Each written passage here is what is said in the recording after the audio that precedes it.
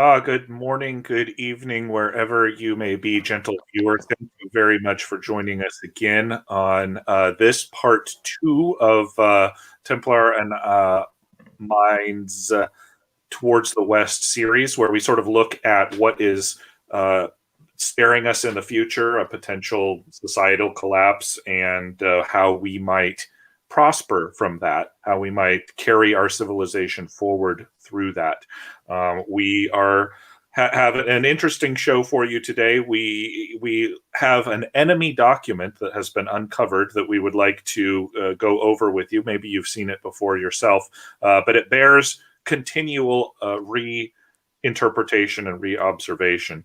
And so today we're going to be dealing with step two, sort of how to build a community. Last week we had talked about, individualism and these kind of things, and we're going to be riffing on that as well. Don't worry about all the word salad that you see up in front of you. We're going to make it a lot more interesting for you as we go along. If you are just listening rather than viewing, that's okay too. If you're one of the Canadian truckers or somebody like that, we welcome you indeed. Miss Cherie, welcome to our broadcast. We're very happy to see you today. I'm very happy to be here. Excellent. Templar, welcome. Thank you for joining. Yeah, always a pleasure, and I know I said it last time as well about how I was excited about the series as a whole, but as this continues to be fleshed out, I continue to be excited for it because there's just a lot of good content here, and I think it does a lot of good for a lot of people having this roadmap and a journey for you to begin on in your own. And you said it yourself earlier. We talked about, or I guess last broadcast, we talked about resilience. Step one, that was a focus on the individual. How the individual can better themselves, prepare themselves for whatever crises may come or that we're currently living in. And step two is expanding that to the community. So developing the community and then sort of establishing that resilience for that community. Mm-hmm. Yeah. I was thinking while I was we together put this framework together. I thought maybe when we're done with the whole series, which will take a couple of weeks to go through, thank you for bearing with us, gentle listener, that we could, post it online so other people can take a look at it all in one little thing and maybe get as much out of it as we have. And I would also like to say to the viewers, some of the viewers last week, we had kind of teased, I guess, or started talking about maybe doing kind of a gun stream or something like that, one of Templar's specialties. And we had some good feedback in the mail box about that. So we may in the future be getting some Templar specific videos, which I myself look forward to because he is, believe it or not, something of an expert in those fields. So today we've got step two, community. Real quick. Yeah. How, if someone wants to reach out and either ask you a question or make video requests, something like that, how would they do that? So there's a couple of good ways, and actually I'd like you to be able to build your own communications into this. But Commander Culture at all one word, Commander Culture at protonmail.com. You can also send me messages through the YouTube channel or comment on the videos themselves. I'm also active under the name Commander Culture on Social Galactic and on Gab, which are my two social medias of choice. I'm mostly active on Social Galactic. It's a very nice, very supporting and lovely community over there, and many of our listeners come from there. We also work on Gab. Oh, look, we have our first bot of the day. Let's block that user. There we go. So thank you, Jeeves. Jeeves has blocked the Russian bot. So today, thank you for bringing that up. And by the way, as always, we've got a shill for the channel. So subscribe, like, share it out to friends. If you get some benefit from it, likely other people will too, and we want to continue to grow the channel. We realize that the time frame that we're coming to you guys at is a little rough, unless it's like a drive time type thing. And I don't know if either Templar or I have the charisma for a full drive time show, but we will do our level best to meet you guys where you are and start coming out with some shorter videos. and other content. I would like very much to talk about the geopolitical situation we've got unfolding in the Ukraine. I can and some talk other about places. the guns and everything, whatever The you guys guns. want. Yeah, we are a one-stop shop. And if you want the female perspective, Miss Cherie is always sitting there glaring at us with her lovely green eyes. If we can jump into step 2, Yeah, let's do it. we're sort of building up from the ground level here, and the community as we see it is pretty much, however you would define it, it's pretty much the largest entity that you're going to be dealing with in a collapsing situation, whether that's something that looks like Argentina and a peso collapse, or that looks like Weimar Germany, whether it looks like Sarajevo or Rwanda. The community is really what you can depend on. And so this is a very, very important step that Templar and I have spent a lot of time hashing over and trying to conceptualize, because who you allow into your community and how you build your community up from the ground in good times, which we, believe it or not, are still in, is very, very, very, very important. If you, what's his name? There's a blogger by the name of Selco, Selco. And if you haven't read literally everything he's ever written, I strongly suggest that you, over a very long toilet session, get caught up on everything that he's ever written. He was a Bosniak Serb who survived the 1990 collapse of Yugoslavia and the Civil War. And the information that he has about how important community is and how to build one, and where, you can, all the survival techniques you'd ever need to know are contained in his particular wisdom. So our hats are off to him, and hopefully we don't have to go through what he did. Starting out here, we've got our little bullet points. There's just this general idea. This is a Templarism here. What's bad for the hive cannot be good for the bee. Would you like to elaborate on that? Well, that was originally from Marcus Aurelius's Meditations, and I think if anyone knows this, it's definitely the Romans.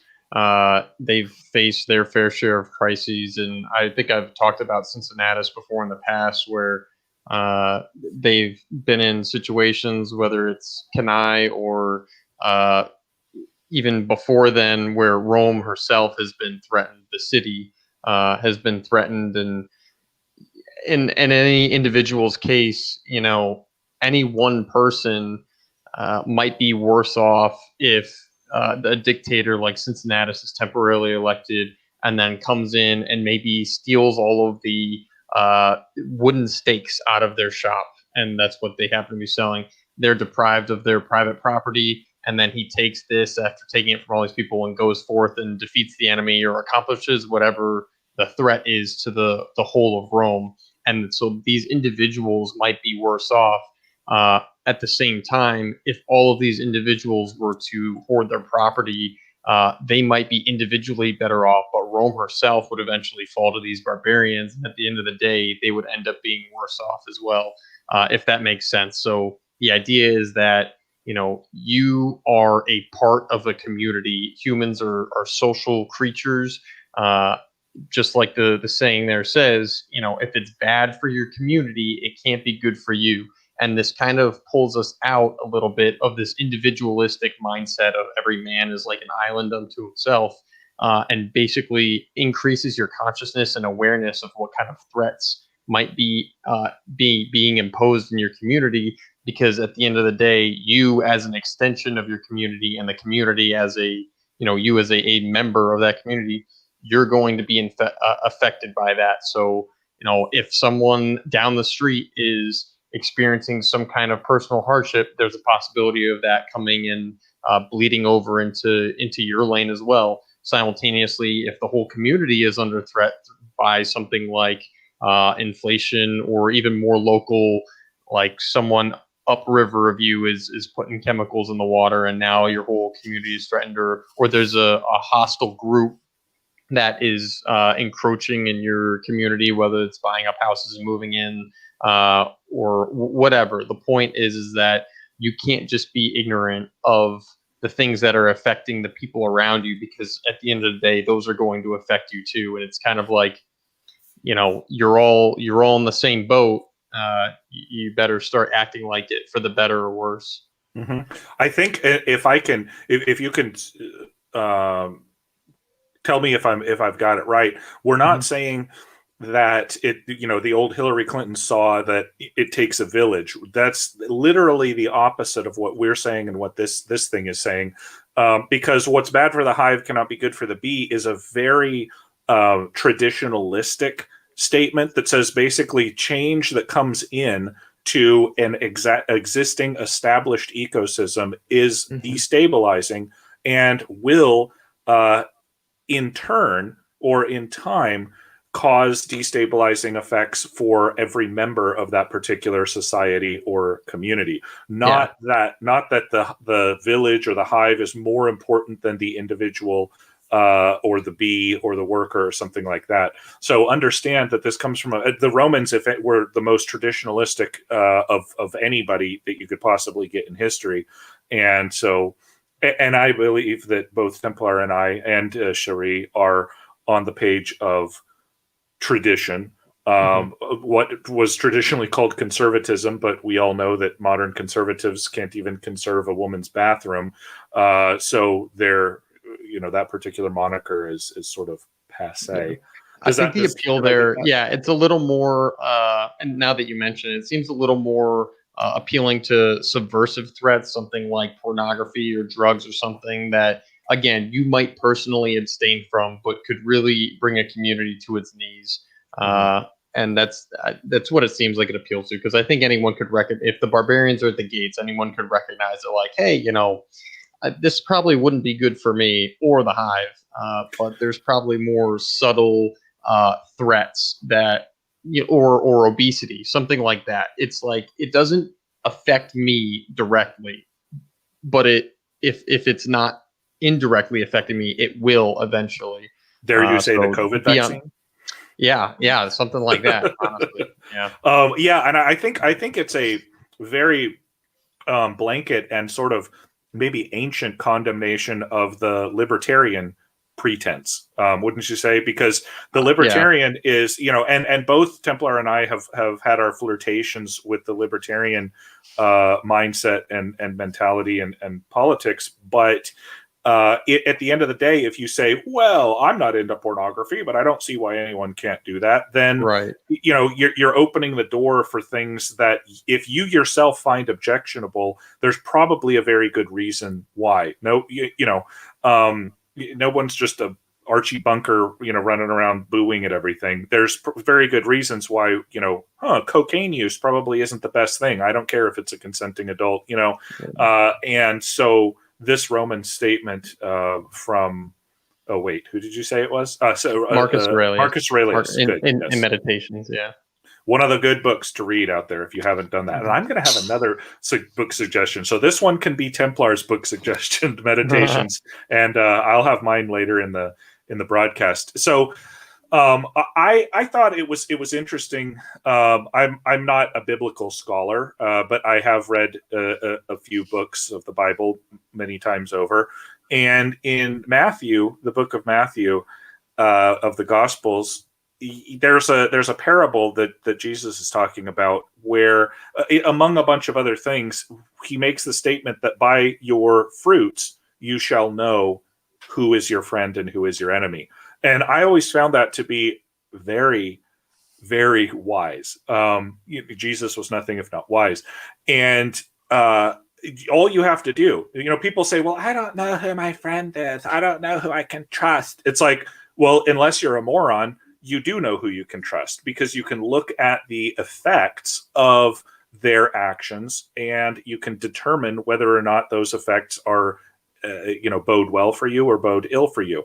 Now, we might want the friend that's better looking, or we might want the friend that is flashy or that seems to have the money. Why make friends with that quiet old hermit down the road?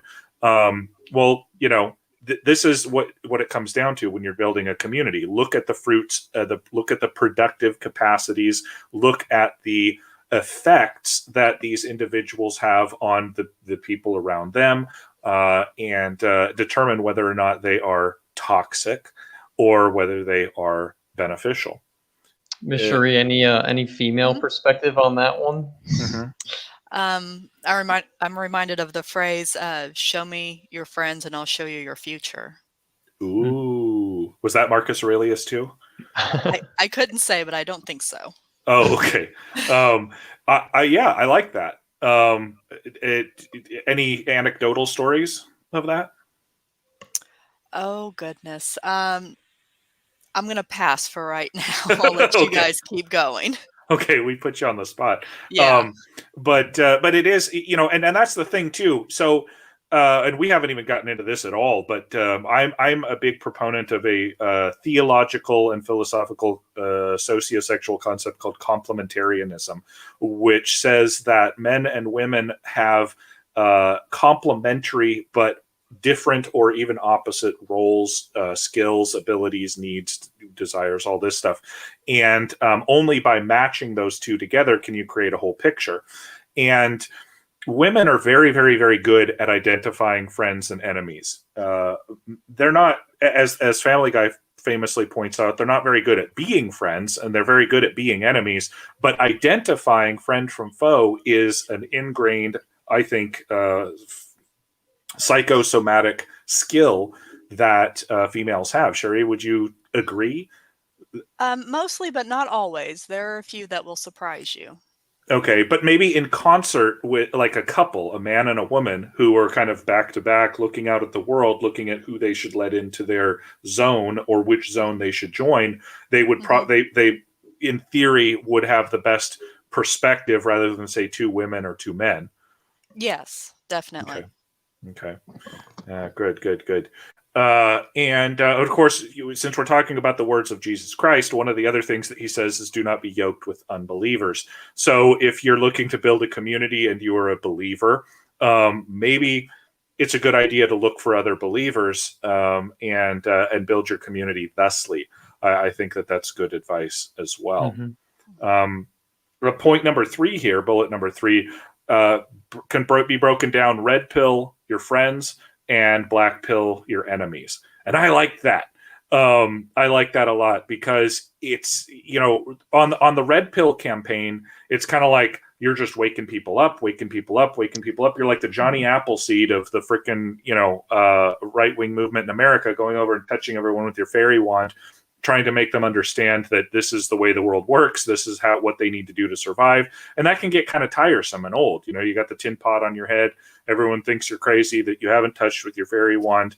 And so sometimes to go on the offensive, black pilling your enemies is the sort of mirror opposite of that. If you can demoralize your enemies, and some people are better at that than others, you've got a leg up on your competition. Thoughts? Yeah. And I would say, I specifically didn't say white pill friends, black pill enemies, said red pill. And the difference between these pills, red pill is alluding to the matrix of it's the uncomfortable truth. It doesn't necessarily have to be an uncomfortable truth, but just the truth. And it's often left up to, And so it's often left up to the interpretation of the recipient of said red pill to determine whether that's a white or a black pill or how they're going to embrace reality. And so the best you could do as a arbiter, as an ambassador of the right, is distribute these red pills, and then whoever takes this information and says, like, you know what, yeah, this is BS, we should do something about it, and then is motivated as a result of that, those are the people you want to bring on board. Other people look at that and say, like, what's the point? Things are so bad. Like, why even bother? It's like, okay, that's not the kind of person that you want in your movement. So the best you can do is just, right. Yeah, and you don't want to give people a false sense of hope either. You're not just telling them, like, oh, it's going to be okay. There's never going to be any suffering. You're never going to have to do anything difficult. We're just going to attend some rallies and then we're going to win. That's it. And if you bring those people on board who buy into the movement on those promises, they're going to be the first ones to run away at the first sign of adversity. We already have a very convenient heuristic for this red pill, and that is really who is vaccinated and who is not. And if you are vaccinated, there's never a better time to stop getting your COVID shots. And if you aren't vaccinated, hats off to you for staying pure for this long. hopefully you carry that to your grave. And so that's one of the ways that you could potentially parse that the black and the white pill with the red pills. But either way, so I wanted to distinguish that white pill versus red pill thing. You're not just giving false hope, you're giving people the truth. And then after they receive the truth, what do they do with that information? Do they join your cause, or do they just slink further back into the shadows trying to avoid discomfort? And then with the enemy piece, black pilling them, it's really what you said about morality. You want to demoralize your enemies, basically instill in them the same kind of dismay that they would have. If they're thinking, oh, this group of people, they're going to be so weak as a result of the crappy food that they're eating. They're going to be their families are going to be destroyed through the whole LGBT agenda and pornography and all of these different attacks on everything that, as you say, is good, beautiful, and true. And then they see someone who just sticks out in spite of all of that and preserves their own health and well-being, preserves the health and well-being of their family, and their very existence is a really just a middle finger to anyone who wishes them harm. Then you can look them in the eyes and look your enemies in the eyes and say, I know what you're doing, and your bad faith attempts at harming me have failed, and I will continue on this narrow path to heaven. And so I would assume, if I had ill will towards someone, that would be pretty demoralizing to me, because basically you it didn't work. This person continues to appeal to heaven despite all of the stumbling blocks that we throw in their way. So that's kind of the long story of the red pill friends, black pill enemies. And I see you followed that up with good to good, bad to bad. And that, I would say that's true as well. You obviously want to associate and do good by good people, and then do bad things to bad people. General Mattis has a quote that's "no better friend, no worse enemy" sort of thing. It's along those lines. So, and I've got to give credit to the blogger Brett Stevens for that particular quote there that he's borrowing again himself from the sort of a breakdown of Plato. It's a very simple and easy way to look at stuff. How should you? It's pre-Christian, like virtuous pagan type philosophy, but at the same time, it's very useful. Like, how do you know where to red pill or white pill, or where to black pill, where to go on the offensive, where to dole out charity? That's a big discussion in the prepper world. It's like, I've got all this stuff. How do I know who comes on my territory? I've got kids with, bullet holes. Do I let them in? And basically you can just break it down very simply: good to the good and bad to the bad. And it doesn't need to be more complicated than that at all.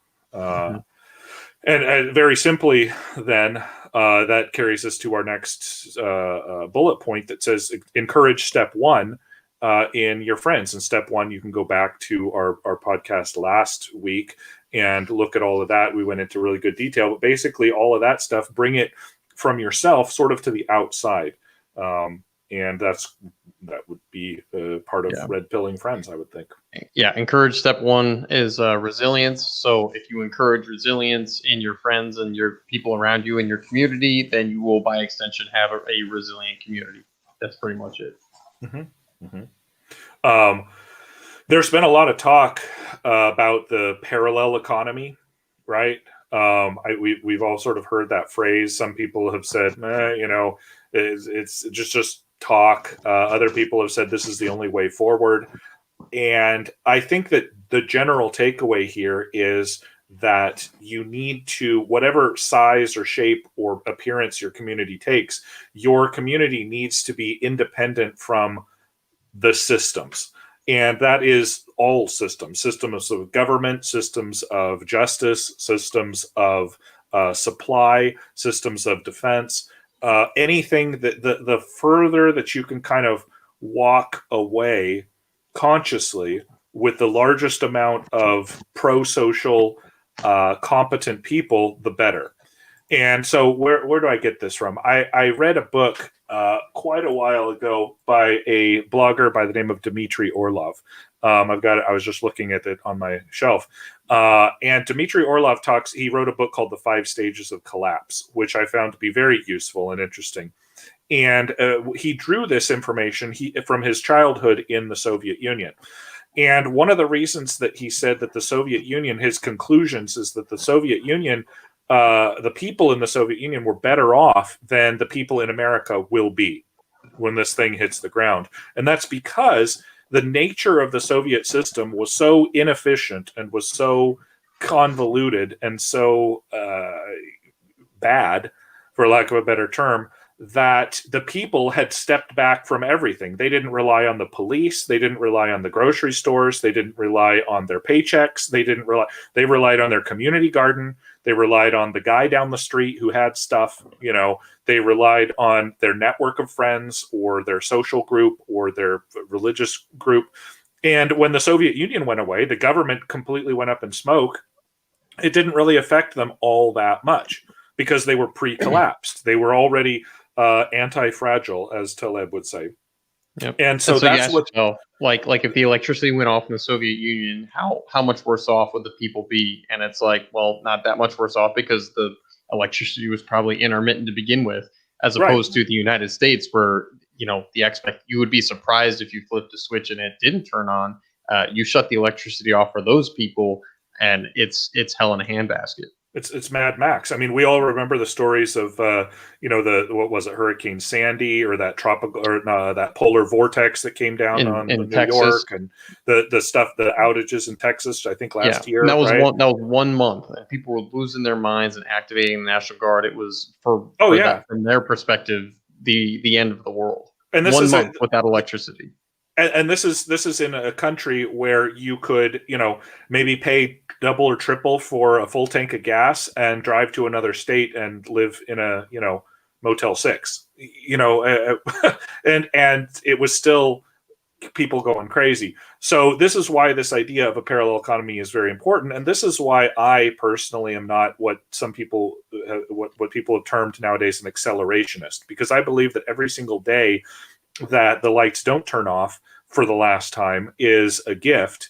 And every day that the government isn't kicking in my door for saying the things that I'm saying right now to you is a gift. So that's a gift of time, of among other things, including the time to build a parallel economy. Where do you source your food from? Who do you buy your ammunition from? Who are you going to look to for smithing your guns or your tools or your transportation? All of this kind of stuff. These are all questions you can ask yourself on an individual level. You can try to learn ammo reloading. You could try to learn welding. You could try to learn all these practical skills, plumbing, electricity, all of that stuff. It is far more likely just between 4 people that the skills of those collective 4 people, especially if they start specializing in some other respective areas, instead of you trying to be a jack of all trades and being 100% self-sufficient on your little slice of land or whatever, it is far more worth your time to have even just a couple people. It'll exponentially increase your returns. And this is why humans have been social animals, and any social animal is significantly better off most of the time. Like, that's why wolves are social animals as well, and they're all better off as a result. So it is in your interest to expand beyond your own little plot of land. And I mean, this step 2, this parallel economy thing, is really just everything that we talked about in step 1 expanded out to your community. We talked about the financial independence piece, the self-defense element, basically everything you need for that sort of independence and self-sufficiency. And now you can do it much more efficiently when you have people beginning to specialize in their areas, and it becomes far more realistic for you to almost completely cut yourself off from all of these normal sources of dependence, whether that's the dollar or the grid or petroleum products, gas, plastics, whatever. Yeah, this is one way I was thinking about it while we've been having this conversation. Even is a lot of times people will say in reference to slaves in the South prior to the Civil War, it's like, well, why didn't they just get up and walk away like in mass? Some of them did, obviously, but the vast majority, just stood there and kept being in slavery.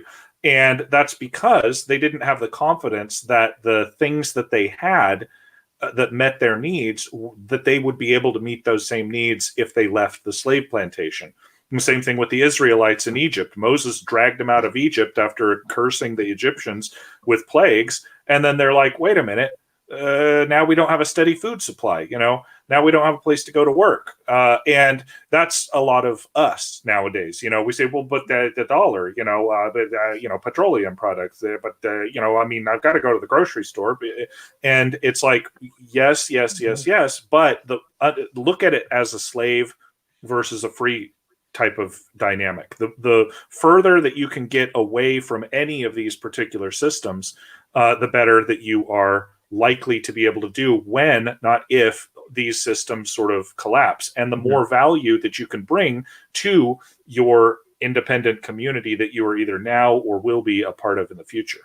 And this final point on this first slide here is kind of ties that all in with identifying and harden your key infrastructure. And that's kind of like within your community, identify if there's a guy who is already, leaps and bounds ahead of everyone else in the maybe the solar and electricity arena, or there's a water treatment plant in your area that actually continues to supply all the people around you with clean water, even after the grid goes down, because you're able to keep it up and running. These are points of key infrastructure that you should identify and like it says there, harden, because we talked about before, it's really a miracle of human intelligence and human accomplishments to have things like running water, roads, and electricity. And if your civilization has those things consistently, you are magnificently,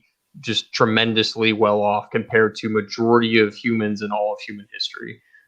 So these sort of things that are extremely valuable to a flourishing human society, you should identify what those systems are. Maybe it's a very productive farm or a very productive piece of farmland. Again, identify those systems that, quote, facilitate your resilience, and then harden them, and also have some redundancy in your systems. And then morale and communication, again, is a useful thing. So it's hard to coordinate things if you can't communicate. So something as simple as a ham radio, or it could even be something like Lord of the Rings, where you have your little, mountaintop fires that you're lighting, so that Gondor can call to, who is it? Rohan. There you go.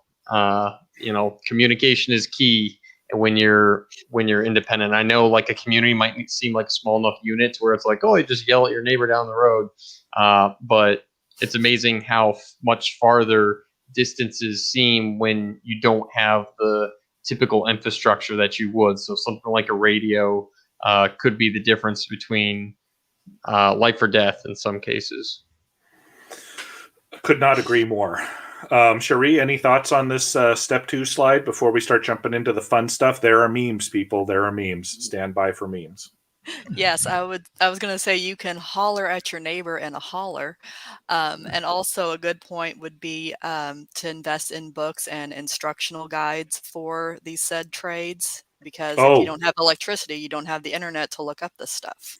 Yeah, I will say it's a plug. I'm not getting paid by this at all, but there's a premier sort of survivalist consultant guy whose name is James Wesley Rawls, and he runs the place called survivalblog.com, which you should definitely read. I've been reading it for more than 15 years. But one of the things that he does is everything he's ever written, and people will write in with all kinds of fixes and how to shoe a horse and how to bandage a wound and how to select a a good plot of land, just literally anything you could ever want to know about building a parallel economy. He's been writing over the last 15 or 20 years, and you can go to survivalblog.com and order from him a flash drive that contains a PDF of everything that's ever been written there, all organized and cataloged. And he tells people, print it out, put it in a binder. It might be kind of prosaic, but this is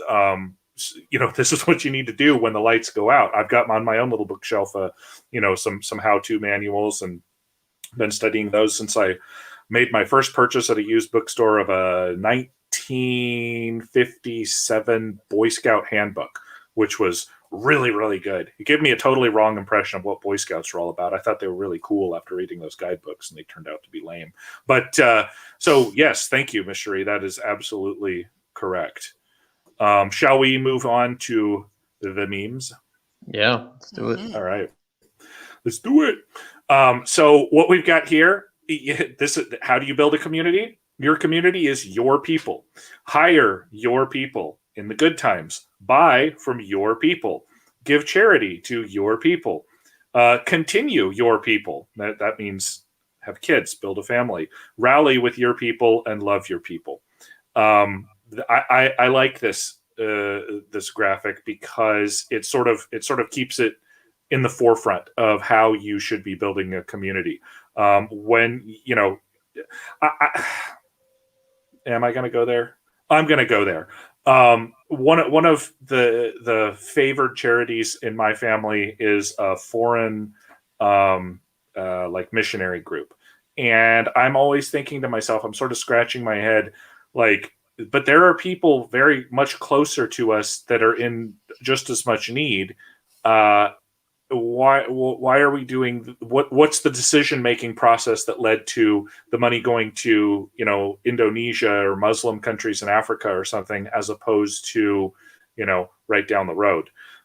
So this is something to keep in mind. There are your people somewhere, however you define that. And that can be defined very specifically, but the idea to keep in mind is to identify that and then make this work. I'll move on. So yeah, who are your people? Who should be part of your community? Right. Well, that's a whole other topic for people to look at. There's I feel like that's what we're going to address here. Well, we certainly will. But and if you look down here, down at the very bottom, behind or beneath those two people who are shaking hands, this publication, which you may have seen, it made the rounds about a year ago and some waves, was published by the National Museum of African American History, and which is a Smithsonian Institute and thing. Culture. I'm sorry. History and culture. It never comes to my mind. That series of words, but so we have here basically what it was is it's a slander against white people, which I just found I was nonplussed when I saw this, and not because I was not used to hearing slander against white people, but because when I actually went through the document, I thought, this isn't slander. I feel really good about myself. When I read all this, I thought, hot damn, are we really that good? And one could make the argument that indeed, we are, at least in our community. So when you're looking at building a community, look at these aspects. I believe that there are 13 specific aspects that the Smithsonian said are terrible, bad things, but we can tell by looking at them that they are actually good things, and we can tell by the fruits of these traits that they have built the strongest civilization ever in human history that put men on the moon and created the iPhone. Yes, and so this is what our enemies are telling us we should not do. So this is pretty much exactly what we should do. What we should do, yeah, and it's a it's a remarkable own goal, where they just scored right on themselves, because they eventually took this down because, number one, it was like, well, if this is what whiteness is, if whiteness is the scientific method, does that mean that Hispanics can't be scientists? future orientation, does that mean that like Chinese people aren't good at thinking about the future? Or, it's like, what is going on here? As Michael McKinty says, whites be on time, and they be. So we're going to look at each one of these sort of in turn and have a little chit chat about it, because regardless of your particular hue, these traits are what you need to have exemplified throughout your community if your community is going to thrive as a technological, non-grass skirt wearing concern, right? Or really, if you want roads, running water, or electricity. These are roads, like necessary preconditions for any of those things. Absolutely. I would not disagree with that at all. And here's another interesting thing is this process took thousands of years. One of the groups that they malign in here are the Greeks and the Romans. And they've been gone for a long time, and we've been building on what they did. And so, if you want to throw this all away, you're going to restart a 1,000-year process of trying to get back to the point where you have coal-powered engines and whatnot. So let us dive into it, shall we? Any thoughts on white culture, Miss Cherie? I have a few, but let's keep going. All right, we'll dive into it. First one here. Rugged individual. First of all, I think it's very important, and I have down here in this cleverly recreated advertisement, Grandma says it's okay to be white. And I don't think there's anything wrong with that. I would say to myself, looking in the mirror, it is okay to be white, because it is, in fact, okay to be white. And in fact, it's something to be quite proud of, because if you look around, everything that you see with your very eyes was created by somebody of European extraction, unless you're looking at a pile of gunpowder, in which case it was created by a Chinese. So rugged individualism. And by the way, so the Templar and I were having this discussion before the stream. This is what our enemies say is wrong with us. Okay. And what we're doing is saying a lot of this stuff is true. It's factual. It exists. It's a fundamental aspect of our culture and civilization. And therefore, rather than discarding it as something negative, we should indeed embrace it. Okay. Rugged individualism, they say. The individual as the primary unit. And this is opposed to, so for example, maybe the race being the primary unit and then breaking it down. That is how our selected people think. That is how tribalists think. That's how primitive people think. They think in the largest possible grouping, and then everyone else is just a fundamental sort of replaceable cog in that machine. It's very Borg-like. It's very ant-like. But we, on the right, looking at reality, observing things based on quality rather than equality, say that the individual is in fact the first man, so to speak. Everything springs from individual desire, individual need, individual want, and it grows from there into the family unit, which they'll malign later on, into the community unit and beyond. So it's just an acknowledgement that the individual is the primary unit. They say that is bad. We need to understand that even in a community, every single person is, in fact, an individual with their own diverse and conflicting needs and wants. They say list self-reliance. They say that independence is to be valued and rewarded in our communities. And in a sense, it is. Later on, they're going to say that it's hierarchy and authority uber alles. But here they say that independence is valued in the individual's primary unit. If they didn't have inconsistency, they wouldn't have any consistency at all. So you can take that for what it's worth. But both of those things are very fundamental and important aspects to human organization. Individuals, go for it. I think that this is an element, as they say, of white culture, because these are people who were really the only ones that were capable of this kind of individualism, where wherever the other races may be, you wouldn't find individuals they would have to be reliant on a group. There was a certain point at which you could no longer reduce this group of people any smaller, or else they wouldn't survive. Whereas whatever the mix of attributes that white people had, even the environment that they were in, allowed them to be able to exist as literal individuals.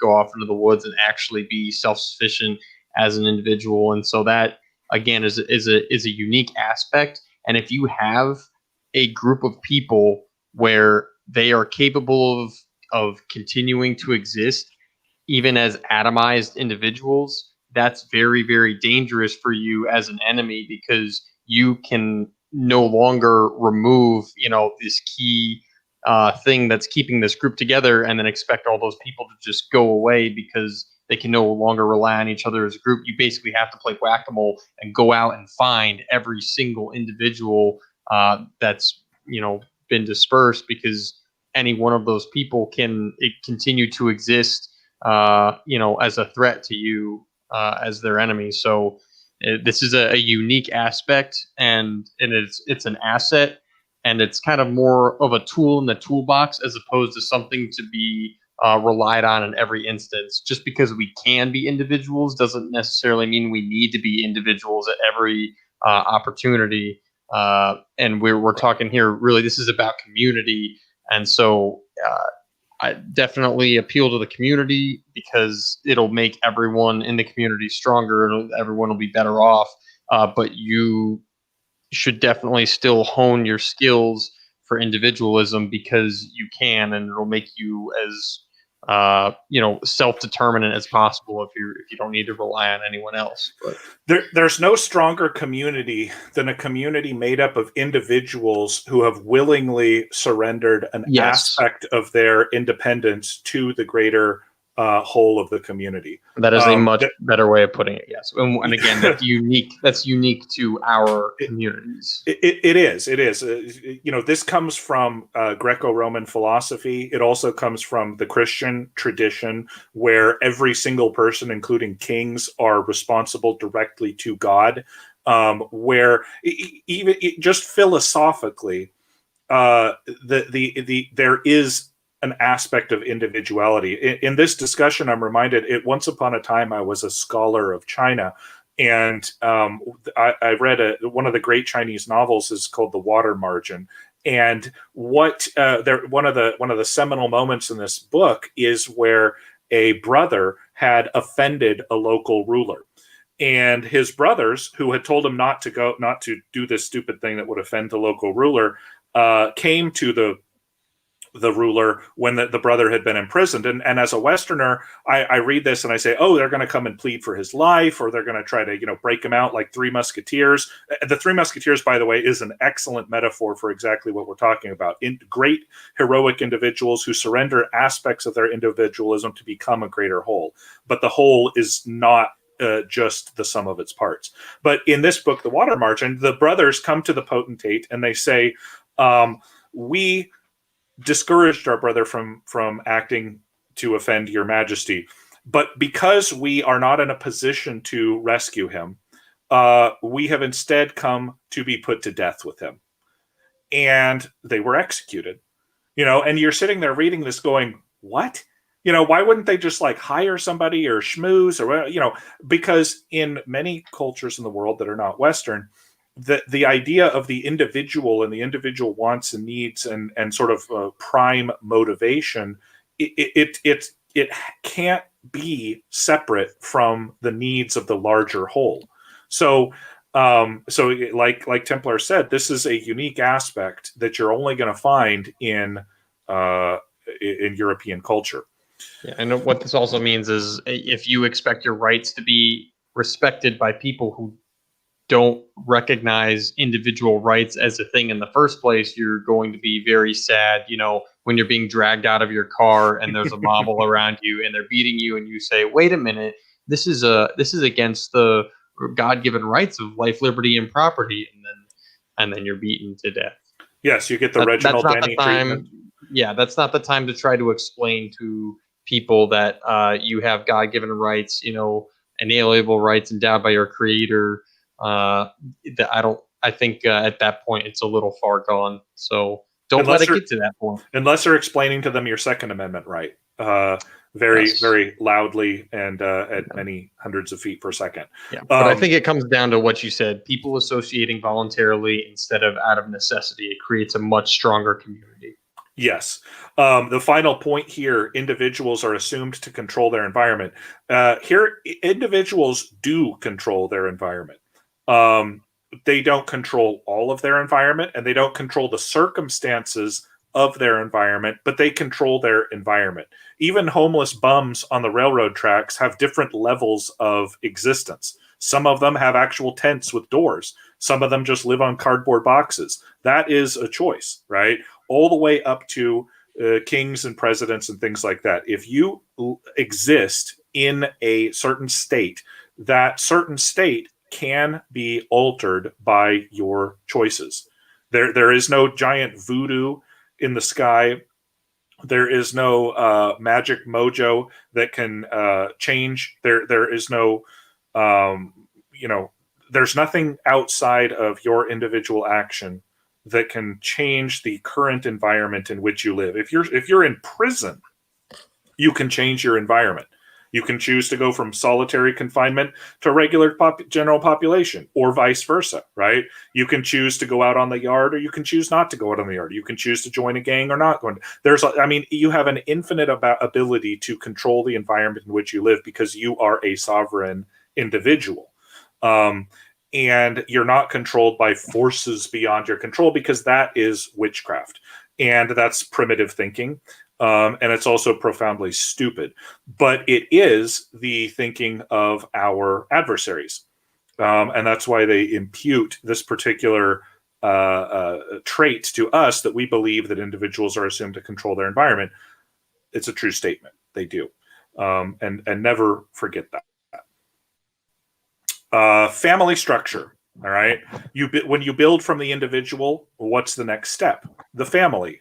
And in modern American Western culture, the nuclear family is seen as the ideal unit, they tell us. And in fact, it is seen as the ideal unit because it allows for the almost perfect division of labor when you have a non-corrupt, highly efficient first world Western nation in which the father can be employed, in which the mother can manage her particular household. They say the husband as the breadwinner and the head of household. Yes, because we believe in hierarchy. The wife is the homemaker and subordinate, which they make sound like a negative thing, but it is in fact not a negative thing. And if it was, you would have a whole bunch of lieutenant colonels that were running around really pissed off at their job. But in fact, you don't have a lot of lieutenant colonels and vice presidents of corporations running around pissed off at their job, because every organization needs a hierarchy of duties. And within that hierarchy lies a vast panoply of skills that are not shared by anyone else in the organization, and that is the domain of that particular individual at that particular level. Children should be independent, and oh my God, they should have their own rooms. That is just, I cannot believe that white people, according to Smithsonian, think children should have their own rooms. That is just a bridge too far for me.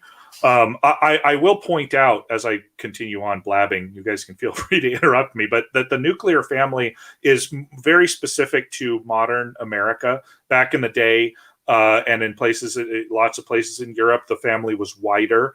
Where you had grandparents, where you had uncles and aunts and cousins and people living in closer proximity. And the nuclear family is a benefit. It's a bonus of an extremely highly efficient and highly evolved socioeconomic system. That's like saying that this apple tree, having apples is like the ideal of this apple tree. Well, actually, no. You just let this apple tree get run over by ants and pecked by crows and, blown over by the wind. And that's just like nature, man. If you're having it grow in apples, that's oppressive, which is a very stupid thing to say. because obviously the ideal of an apple tree is not to be, pruned by a farmer, but that's the best usage of that apple tree. And the best usage of a family dynamic is to be contained in a nuclear family with the husband as the breadwinner and the head of household, with the wife as homemaker. Talking sociosexual hierarchy, most women do not enjoy being the head of household, and the women that are not very happy, and neither are the men. If you've seen those relationships, I sure have. Well, yeah, it's not even about the relationship. You could just pull, so how much has feminism benefited women? Nobody can argue that we have not been moving in a more quote unquote progressive direction. It's like we have more women in the workforce, and we have more equal, air quotes, relationship between men and women in any given marriage in any given household. And there's a lot of, as with anything in psychology, there's a lot of different variables that play into this, but there is a positive correlation, and you can attribute as much causal relationship as you want between these two things. But as this progress continues and gets more progressive, you see women who have they've rated their happiness, thousands of women in however they measured it, but women's happiness is going down. The consumption of antidepressants is going up, and suicides are going up.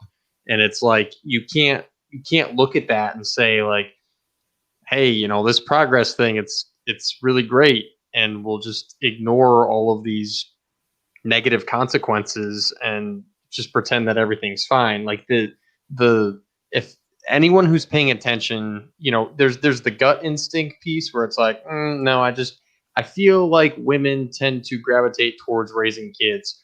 I have no objective science to back it up, but that just seems like something that they do. And like, guess what? You're right. Or you could just be like, you know what? No, I'm not going to believe anything unless there's like a peer-reviewed study behind it or whatever. It's like, great, we have that too. You can see the trends of women's health and well-being and happiness really just take a nosedive in the complete opposite direction of, however you want to measure our progressiveness in society. These things are opposite of each other: women's well-being and how progressive a society is. Yeah, you'd mentioned an interesting word there, equality, right? And one of the things I want to do is I want to keep pounding on this idea that equality is the opposite of quality. If you have equality, how can the individual members of that family unit strive towards quality, right? The reason that I'm able to succeed as well as I do at my job is because I know that my wife is at home, right, being the best wife that she can be, that everything is going to be orderly in the house, that everything is going to be, well maintained, that the rest of the family dynamic that goes on can be handled by her as an excellent housewife, because I am out there doing my manly job. I allow her to be the best housewife that she can be. She allows me to be the best breadwinner that I can be. If we were trying to balance out equality, who knows? We'd end up with a crummy life situation.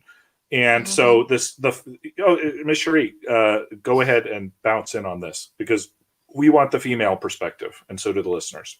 Sure. I mean, I've been in the working force, and now I'm a homemaker. So I've, been in both worlds here.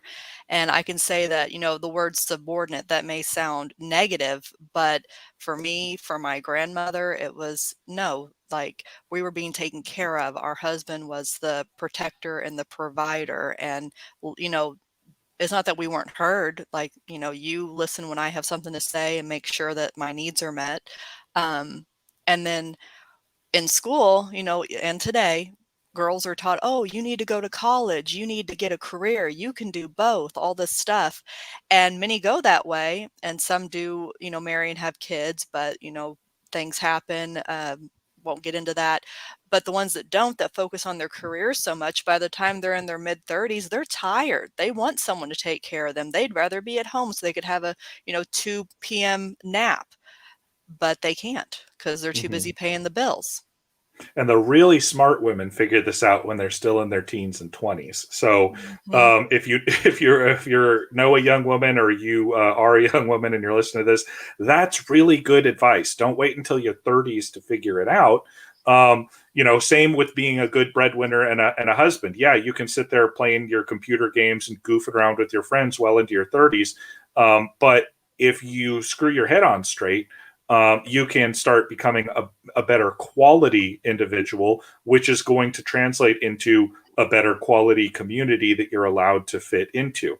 And if you can select a good mate, whether male or female, whether you're male or female, that is going to allow you to amplify. What do they call it in the military? Force multiplication, right? Yep. And that's exactly what this nuclear family unit provides, is a force multiplication of your own excellence that is brought about by your attempts to control the environment around you. And by the way, children should have their own rooms. Yeah, and which I think is a surprising thing to people who are on the outside looking in at white cultures and saying, "Well, wow, that's a white thing," and it's like only in a civilization that can make people prosperous enough to be able to build houses that allow a family with 2.5 kids for every child to have their own room. That's unique to them. It's like you will condemn a civilization that can build roads because yours can't. You will condemn a civilization that can facilitate the construction of houses for the average person that can allow for one child per room, only because that is so unique and so special. And whatever those people did to create that environment, you should do that too, because it's such a special thing. Yeah, and that you don't see very commonly. In the document, forgive me while I zoom back to it real quick. This from the Smithsonian. It specifically said in the small print up here. It's a bunch of malarkey. It says white dominant culture refers to the ways white people and their traditions, sometimes white is capitalized, sometimes it's not, attitudes and ways of life have been normalized over time and are now considered standard practices in America. By the way, they are considered less standard practices in America now than at any other point in history. Mm-hmm. They're dragging us down to their level. All of this, has been very standard for American culture for all of its history, from anybody that's important in America. And since white people still hold most of the institutional power in America, they say, we have all internalized some aspects of white culture. And they say that as if it's a bad thing. They say that, you're saying that any culture that wants to survive and thrive should adopt as much of good civilizational hygiene as they possibly can from Europeans, and anywhere else that might, have good civilizational hygiene that they could borrow from. And, but they're saying do the exact opposite, sabotage this good cultural hygiene for what? That's the other thing. They don't tell you what the alternative is there. When you were talking about children having their own rooms, I was reminded, man, I've done a lot of things in my life. I'm not old, people. Trust me. I'm very youthful and I have a youthful voice. Not as youthful as either Cherie or Templar, but I was doing archaeology in the Middle East. It's a long story. I did not find the Ark of the Covenant, but what I did find was an ancient city, one of the most prosperous capitals on planet Earth about the time of the Indus River civilization that was newly discovered in the Persian Gulf, because there was trade between those two areas. And this was the capital city, one of the largest cities on planet Earth. And it was probably about, I would say, 10 acres. Okay. That included the temple, the palace, all of the houses, all of the markets, everything. And what you could see were the foundations of some of the houses. And you can imagine if you have your own house in a 10-acre capital of the world, you're doing pretty well for yourself. These houses were the size of maybe somebody's kitchen in the United States, right? Or a very small garage. That was the entire house. And you could see the outline of the things. Like, this is where they walked into the house. This is where, like, everyone slept. And this little alcove over here is maybe where they stored stuff. This tiny little thing. And I asked the other archaeologists, I said, how many people lived here? Oh, they said, half a dozen. A lot of people lived in this little thing. And I'm like, I couldn't even stretch out in here, and that was the height of civilization in the Middle East, some 5,000 years ago. And it can all go back to that, right? Where we are living is at an absolute pinnacle of human civilization, and you would have to be sadistic, psychotic, and probably satanic to want to take a single block out of that Jenga tower called modern civilization. And one of the building blocks here is the nuclear family. So anytime anybody tries to demean the nuclear family, commander culture is not saying punch them in the face, but you might think about it. Recognize them as a threat. They are a threat. Recognize them as a threat. I like it. Cherie, thoughts on nuclear family? Yes, I forgot to mention something. This was actually said by a lady. She goes by the Transformed Wife. And I saw this the other day. She says, the feminist agenda says that it's perfectly acceptable to clean homes, take care of children, teach lots of children, cook, bake for hours in a kitchen, and submit to the authority of men as long as it's not your own home, your own children, your own kitchen, or your own husband. Yeah. Excellent.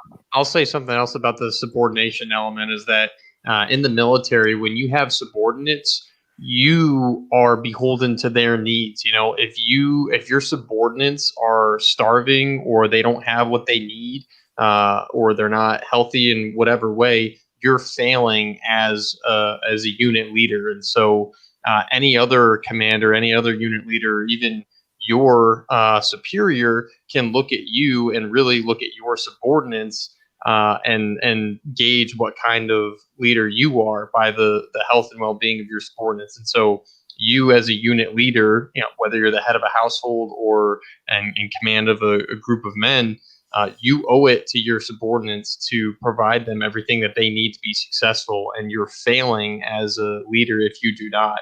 And so it's almost like this sort of servant leadership mentality that you have when you're leading both the family and your squad or whatever the unit may be.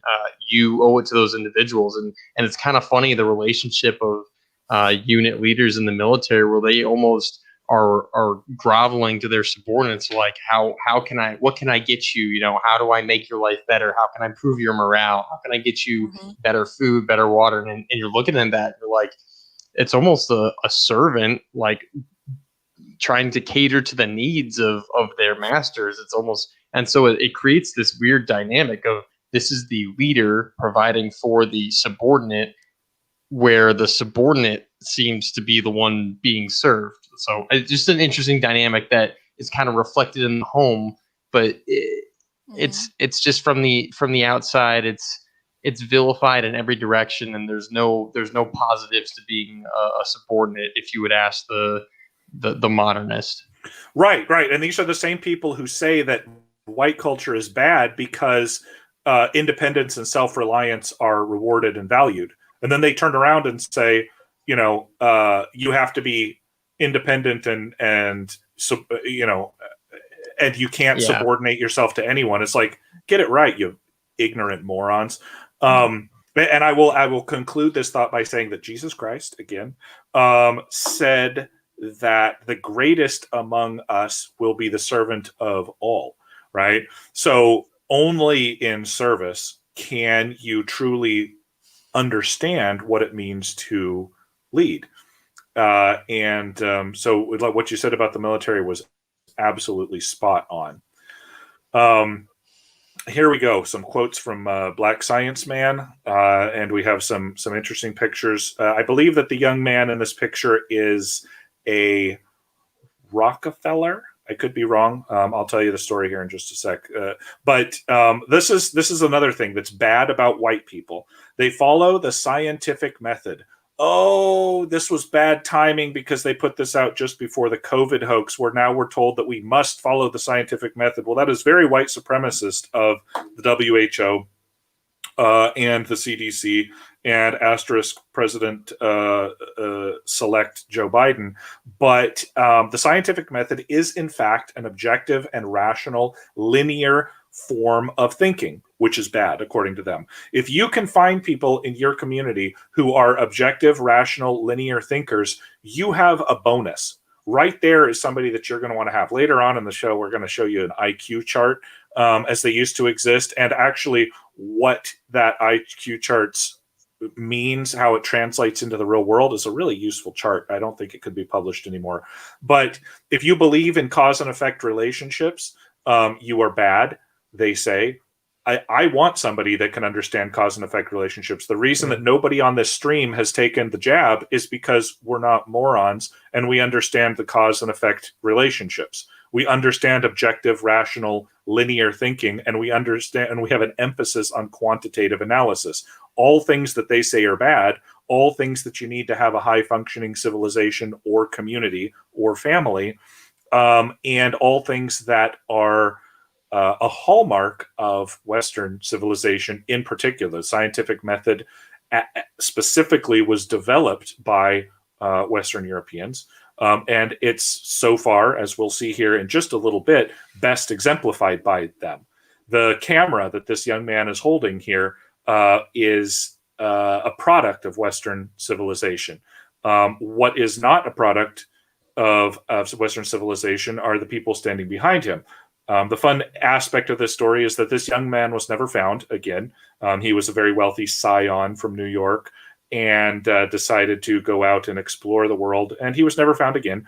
But pieces of his camera and effects were found, and the story goes that he was cannibalized by people who he was trying to understand. So he's one of your first hippy-dippy liberals out there to actually end up in the stew pot. He doesn't look very tasty, to be honest. But there you go. So people don't think the universe be like it is, but it do, says Booga, Black Science booga. Man. Ooga booga. So I don't have much to say about this, except that if you can find somebody in your community that that thinks this way, they're going to be an engineer, they're going to be a welder, they might be a shopsmith, they could be just like a tinkerer. These are the kind of people that you desperately want. You want to recruit them. You want to sort of honor them. You want to protect them. And you want to let them do what they're going to do. You want them to do their thing. Take them down, take them out, do your stuff, as they say. Yeah. In Independence It's like Day. a Nikola Tesla sort of thing. If he's preoccupied with, farming or something like that, he's never going to be able to ascend to the kind of understanding that he had with his respective specialty. And so you want those people to go down those rabbit holes, and they come back with some absolutely wild stuff, whether it's Newton with calculus or gravity or just anything really. Yeah, absolutely. Absolutely. So, the scientific method is nothing to malign. In fact, it's something to cherish.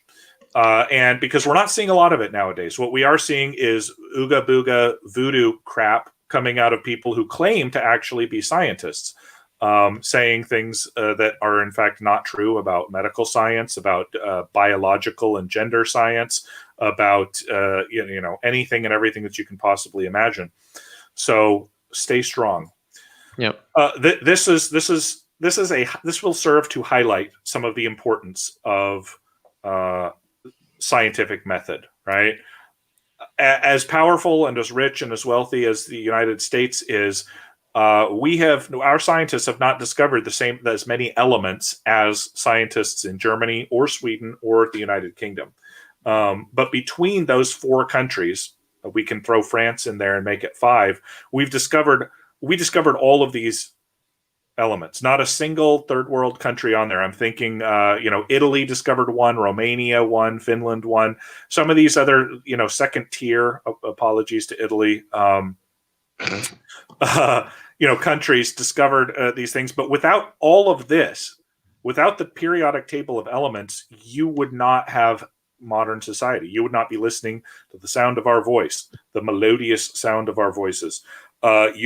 You would be hearing the beating of war drums and the thunk of a spear as it landed in your chest, and all of those kind of horrible things that happened before the scientific method came around and made our world much more peaceful, because it made resources that were previously scarce much less scarce.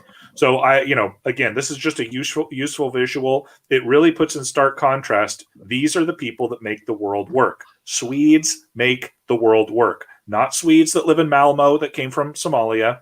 Swedes that look like Swedes, Germans that are Germans, French that are French, Finns that are Finns. That's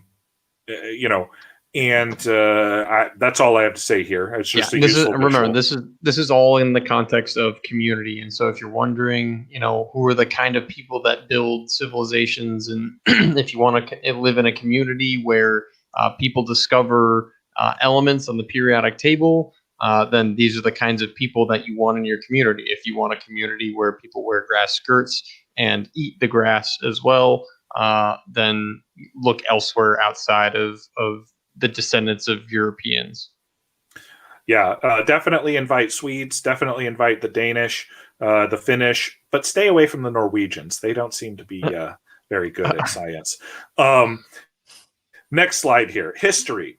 According to the Smithsonian Institute, white people and whiteness, one of their banes is that they like to study history.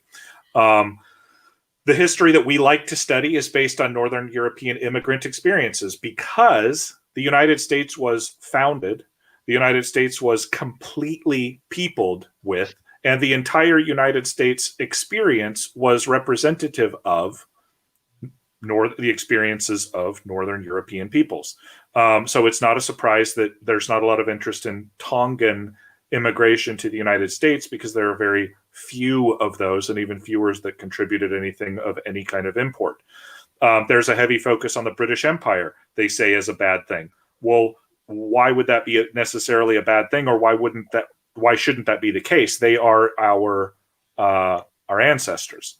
And right? They are also the greatest purveyors of civilization on the planet, with the largest non-continuous landmass empire in human history. It's like, don't focus on the British Empire, even though they were the most successful empire, period. It's like, and they invented and they discovered more periodic elements than anybody else.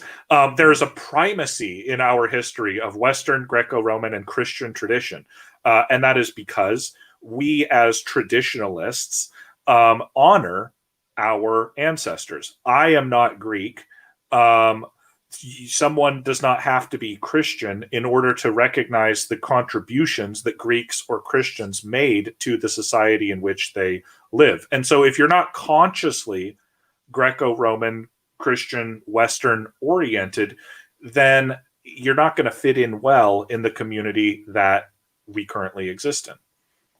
This is all I'm saying. Hey, real quick though, how come you don't reference the Judeo-Christian tradition? That's a long story. If you want to set commander culture off, use the word Judeo-Christian. There's no such thing as Judeo-Christ. There is just Christ. So, seeing as how there's just as much in common with Judaism and Islam, but we never hear Judeo-Islam, I don't think that Judeo-Christianity is a useful construct, a philosophical or educational or otherwise. There's no such thing as Judeo-Christian anything. Certainly, the Christian faith derives from the tenets of the Jewish religion, the Hebrew religion, I should say. The Jewish religion as it exists today is quite different from the Hebrew religion of that was practiced by Christ himself. But Christ, who I personally follow, was very explicit that he was making a clean break with the Jewish tradition. Therefore, to re-amalgamate Judeo-Christian is both ahistorical, it's a very new term, historically speaking, and it doesn't make any sense theologically or religiously. And it's an attempt to co-opt, subvert, and destroy the actual Christian tradition that is a 2,000-year-old tradition that built the West. So that's why I don't say that. Yes.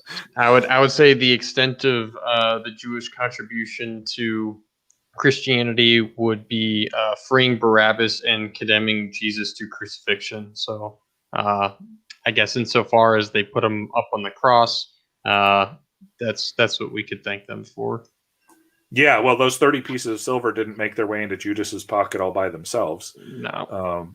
So in fact, somewhere, I think it was in Luke, the book of Luke, there was Jesus was preaching to a group of Jewish folks, and he said some great stuff, and they're like, yeah, you're a great guy. And then he said some stuff they disagreed with. They tried to murder him.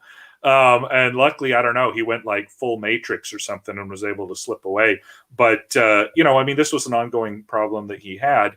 And even though he himself, of course, was Jewish, his claim to be the Messiah and the Son of God set him at odds permanently with the Jewish and the Hebrew faith. I mean, you don't have to listen to anyone less authoritative than Ben Shapiro, the arch Jew of liberal destroying fame, to hear that Jews don't want to have anything to do with Christians. Therefore, it's insulting to them to hyphenize their faith with Christian faith. Anyone who bases their identity on Judaism today does so with the explicit rejection of the divinity of Christ. So again, the only utility that Judeo-Christianity has being spoken in the same sentence is with respect to their juxtaposition, as in they are entirely incompatible and essentially at odds with each other. Saying Judeo-Christian to me is the same as somebody putting telling me their pronouns. It sounds stupid. It's offensive. It makes them out to be either a moron or brainwashed. And so if you're listening out there and you've said Judeo-Christian, stop, because you sound really dumb and you're insulting your faith if you're Christian. I'll move on from there, because that's a and big tell your boomer friends. Yes, please tell the boomer friends. Some boomers can still be saved, people. There is hope for boomers. YouTube, we should put like a TV commercial together with like the old Ethiopian starving kids with like boomers trying to text, or like and say, you can help a boomer, and like that. That would be good. Someday we'll get together with a video production. But the utility of this slide being just that if you want to derive inspiration, or look to civilizations as examples of civilization, it seems like British Empire and cultures of Greco-Roman and Christian traditions, these seem to be the way to go if you're trying to build a productive and flourishing community. Yes, the British Empire of Rudyard Kipling, not the British Empire of like Tony Blair. So, Protestant work ethic, this is what they say. And because America was founded by Protestants and it was largely built and constructed by Protestants, then the Protestant work ethic is an idea that that Protestant German sociologists and philosophers had, that why were Protestant countries more economically successful than similarly Christian Catholic countries. And this is the theory they come up with, is Protestant work ethic. Well, America, being a Protestant country, largely sort of took that as a point of pride and said, yeah, and took it to the next level. They say, and I would agree with the fact that hard work is the key to success.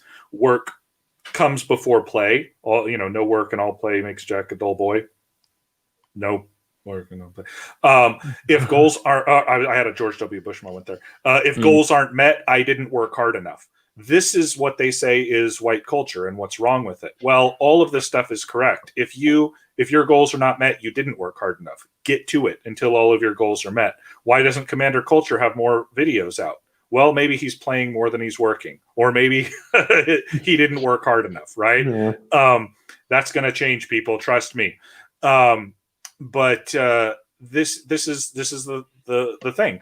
People in your community need to believe in this particular work ethic. You can call it the Northern European work ethic or the American work ethic. It doesn't have to be just be Protestant. Hard work is the key to success. You cannot succeed unless you put in the elbow grease. And if you do succeed without elbow grease, you are stealing from someone somewhere along the line, right? Always work before play. there's not much more to put onto this, unless you're going to follow the famed Greek philosopher Mediocrities, who said, good enough, right? Yeah. No, I think this goes back to that appeal to individualism as well. Yeah, and kind of that self accountability. If goals aren't met, didn't work hard enough. It's more of like this is not because somebody else. It's not a woe is me. It's like I have a mission, I have a goal, and I recognize my ability to influence my surroundings in order for me to achieve my goal. It's and it's a double-edged sword, because on one hand it's inspiring because you personally have the ability to affect change and achieve your goals. Simultaneously, if you don't, you place the blame on yourself. So it's kind of a high standard, and people should have high standards for themselves, because when they reach them, it's obviously a good outcome, and then not blaming others when they don't. Yeah, and you had mentioned, when we were talking about the nuclear family, about the epidemic of pharmaceutical drugs being prescribed and used, right? So much of depression and low self-esteem, I'm putting my clinician hat on here, comes from not meeting goals and not being satisfied with the success that you have in life. Well, it's I don't want to go full boomer and say, well, pull yourself up by your bootstraps. Yeah, there's a lot working against people. There is a lot working against people that didn't exist a while ago. So. There is, but that's why you need to work in the parallel economy, right? You and I are very successful in getting our message out, right? But we're not doing it because we have broadcasting agents, right? If you and I were sitting here trying to get ourselves on the radio or something, we'd be here forever. We'd be very unhappy that no one was listening to us. And, now we have a handful of listeners and we're very happy. We've worked very hard to get here, and we're going to continue to work hard. And every day I wake up and I say, how is Commander Culture going to make the world a better place? Or how is the human that sits behind the Commander Culture mask going to make his wife and his family's life better? Today, tomorrow, in part of my 1,000-year plan, like we talked about last week. If you don't wake up with goals, you are going to not be successful. And if you're not successful, and every human wants to be successful, okay? And if you're pulling people into a community, you want a community that is going to be successful, and not people who are psychologically and mentally damaged by their own inability to get off their ass.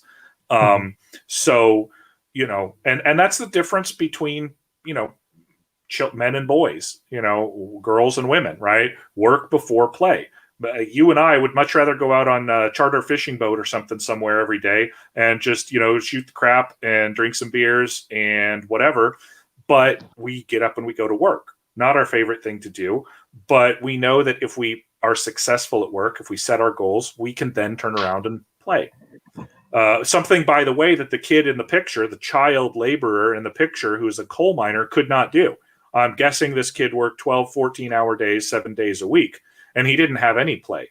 But because of his hard work, because of my grandparents and great-grandparents and the ancestors going all the way back, because they put in immense elbow grease and immense suffering to get me to the point where I could take a day off, I am not going to turn around and mock that by being a lazy freaking bum. And I don't think that anyone in our circle or our sphere would either, right? So, what are your thoughts on that, Templar? Yeah, no, that it's a miracle that we are not still working 14-hour days in coal mines, and it is the result of, like you alluded to, our ancestors that built this world that allows us things like the 5-day work week. Everyone likes to appeal to our previous communist presidents like FDR for things like the 5-day work week or 8-hour work days or something. These are not things that you can just make happen with the writing of a law or something like that. These are only possible because we are productive enough and live in a prosperous enough society that allows you to have everything you need with just 8 hours a day, 5 days a week. That's a very good point. Yeah, if you didn't have a prosperous society, it doesn't matter how many laws somebody writes about how much overtime you can work or 40-hour work weeks or whatever. You're still going to need to work because you need the things. So it's only in a prosperous society that you don't have child laborers working 14 hours a day because they have to. Right. Yeah. The preconditions were already there when the law itself was made. It's not like Roosevelt or Bismarck, who was actually the guy that really originated all of this stuff. Said, "Oh, now we're going to force people to, create an old age pension plan or to not have child labor or something like that." It's like the preconditions were already there. The law just sort of formalized it. When the Soviet Union or Zimbabwe or someone tried to just write a law de novo out of thin air and say, all people shall have, 2 pairs of boots, or all black members of the Zimbabwean society shall hereby have 5 acres of land. That can't just make it be so.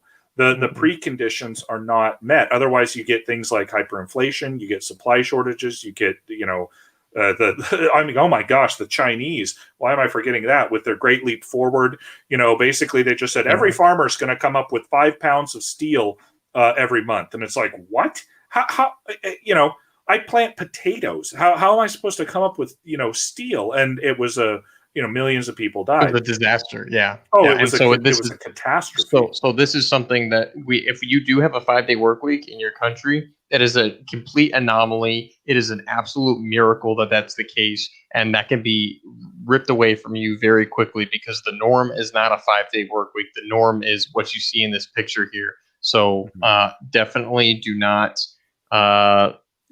build a society that resembles one of the picture. Build a society that can support something like a 5-day work week. Yeah. Before I move to the next slide, our very generous, one of our very generous viewers here, Michael McEntee, says, "You guys have some of the best practical synthesis I have found anywhere. Much thanks for all you do." And much thanks to you, Michael, from all of us here for those very kind words. We put a lot into it, a lot of heart and soul, and we are glad that people get something out of it. The best thing you could do for us is to, like, share, and subscribe, especially the sharing bit, because the more that it's very hard to get the word out. We're on YouTube here primarily, and that's the biggest community of listeners. But it's hard to get our message out because our message is, as you figured out, kind of edgy and direct and to the point and bordering on what YouTube will and won't allow. So the more people that we have coming in, the more we'll be able to actually bring you that particular practical synthesis that we're so well known for. Miss Cherie, Protestant work ethic. As the resident Protestant, do you have any thoughts on this? Just that, take pride in your work, and everyone has to have a purpose. That is so white. I like it. Yeah, it's very important to have a purpose. And geez, even in the old days, old people had purposes. You take care of little kids, you knit sweaters and stuff like that. Geez, I remember my dear sainted grandmother, one of the last things that she was able to do with conscious thought was she would knit little blankets for the Pregnancy Help Center. She'd just sit there knitting little blankets, and she didn't even remember what it was for. She could just sit there and knit little blankets. And my goodness, if all those little babies didn't get the nicest little blankets. So everybody has a role. Everybody needs something to do. And we have worked very hard to get ourselves into this position. Religion, they say. Christianity is the norm, they say. Yes, Christianity is the norm, and it will continue to be the norm. They say that like it's weird. Do they not know that the largest religion on planet Earth by a very large margin is Christianity? These are the ignoramus, dolt, drooling moron retards that we have in our prestigious institutions.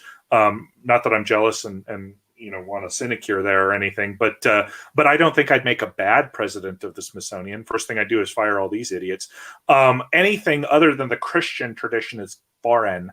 Well, yes, because everywhere in Europe, with very, very, very limited exception, has been Christian for more than 1,500 years.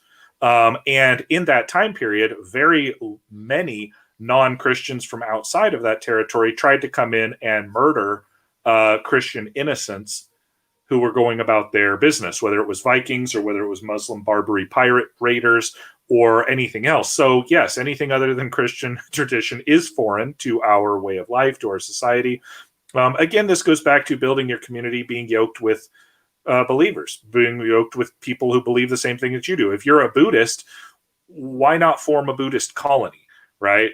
If you're an atheist, go be with a bunch of other atheists. Don't try and insinuate yourself into a Christian group. And if you're a Christian, you're probably not going to fit in very well in a group of a bunch of atheists, at least if that place is called the United States, because the atheist republic of the United States is very hostile now towards Christians, even though Christianity is the norm among Americans and among white people, as the Smithsonian said.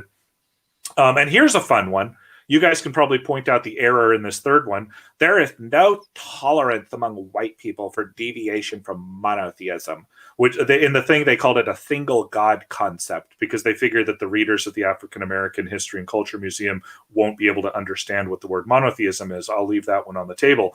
But that is crazy, because the people who have no tolerance for deviation from monotheism are not the people who created the Enlightenment.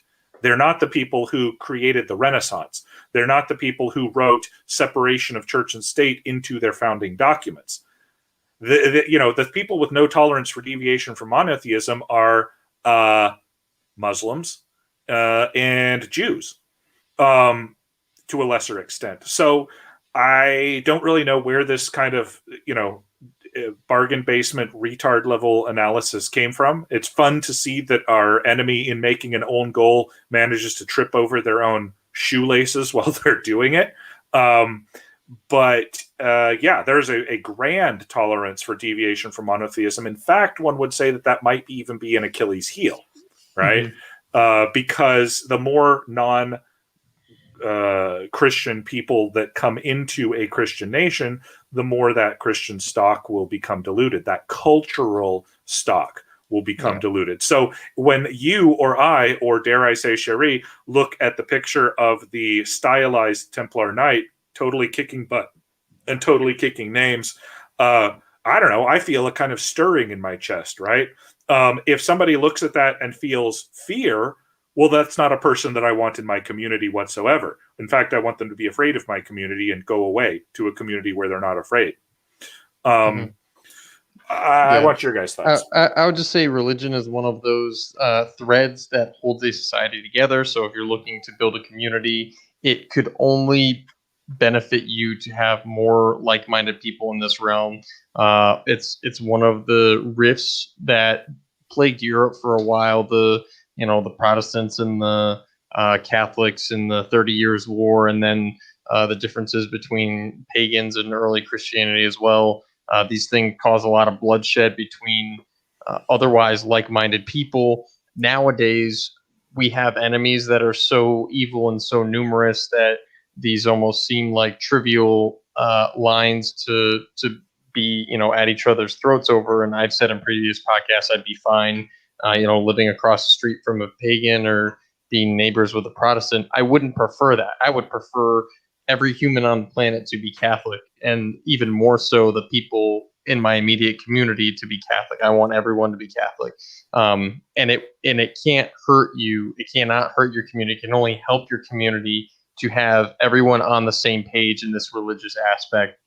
The same way it can only help your family. If you and your wife believe different things, it really can't be a benefit. It could only cause rifts because they exist in opposition to each other. If you're Catholic and you believe this is the one true holy Catholic and apostolic church, you're by necessity excluding every other denomination, every other church. So again, there's rifts there. Prioritize religion is relevant. It is important. Prioritize conformity in your family and in your community where you can, but also recognize that even though we might have some differences with our neighbors, our enemies are more different, and you should not, this religious purity test should not be the thing that causes you to go by the wayside in every other way. You shouldn't necessarily lose your life choosing to be an individual because not everybody in your community shares your exact beliefs. You can't really afford to do that in the day and age that we live in. But Well, so and you again, even within, for example, Catholicism, there's a lot of, shall we say, disagreement about what exactly what's how do I word this about how to view the leadership of the Catholic Church. For example, there's a lot of disagreement on that, and I would much rather live across the street from a pagan than from, say, a liberal Catholic that has a sign that says "All refugees welcome" and "Hate has no home here" pointed at my window. Not that that's ever happened before, but something like that's happened. So, it's a thing. But Christianity is in fact the norm, and you better get used to it. All right. Yep. Let's see. Status, power, and authority. And here's where they get to really contradict themselves. Again, if you go back, but they say that wealth equals worth, which is not true in a Christian society, right? There may be Christians who believe that wealth equals work, but the fundamental message and the thrust of Christianity over the last 2,000 years has been that wealth does not equal worth, right? Yeah. In fact, the polar opposite of that. So these people are morons.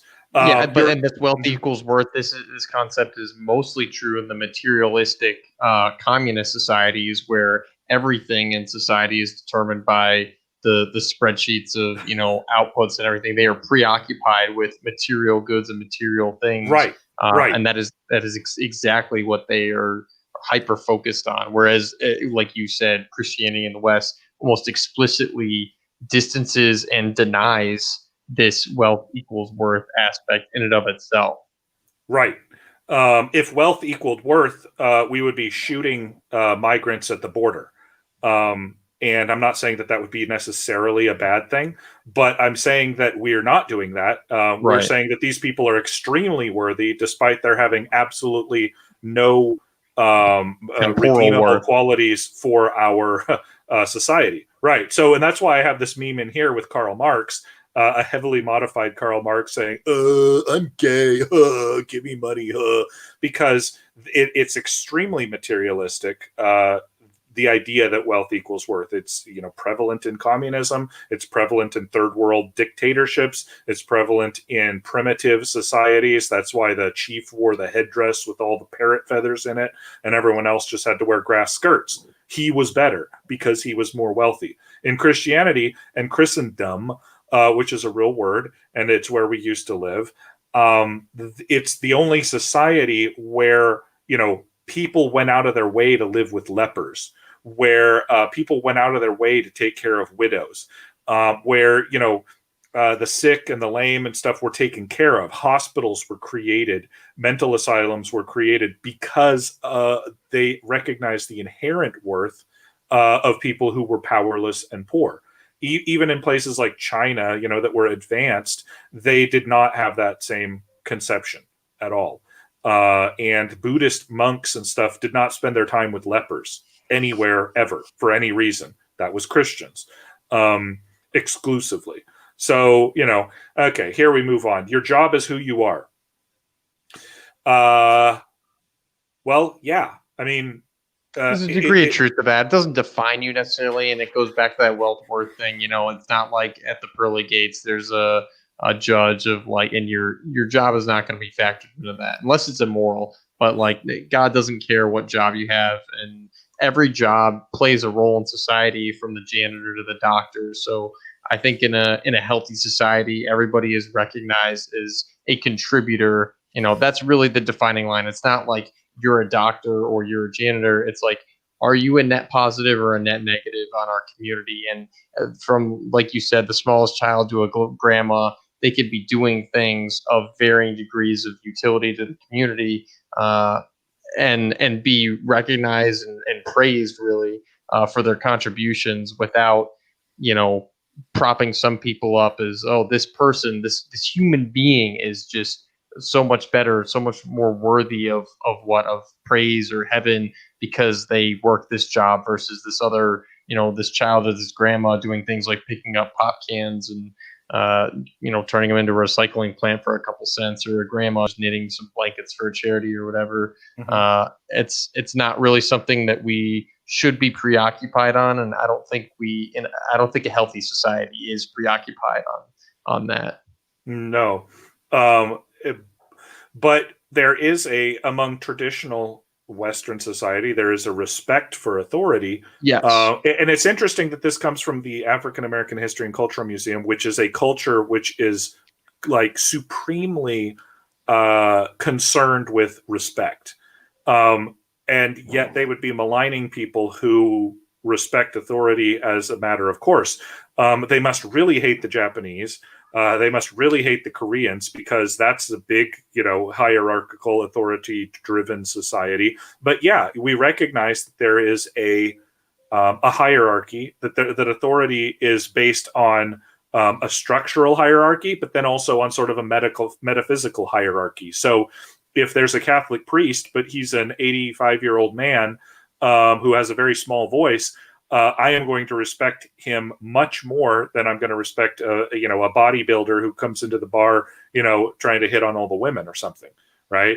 And so the deference to people who you have not personally observed being great is a hallmark of a stable, civilization, society, community that has a long time preference. I can wait to see if this priest is going to turn out to be a good guy. I can wait to see if this newcomer to town is going to be a good guy.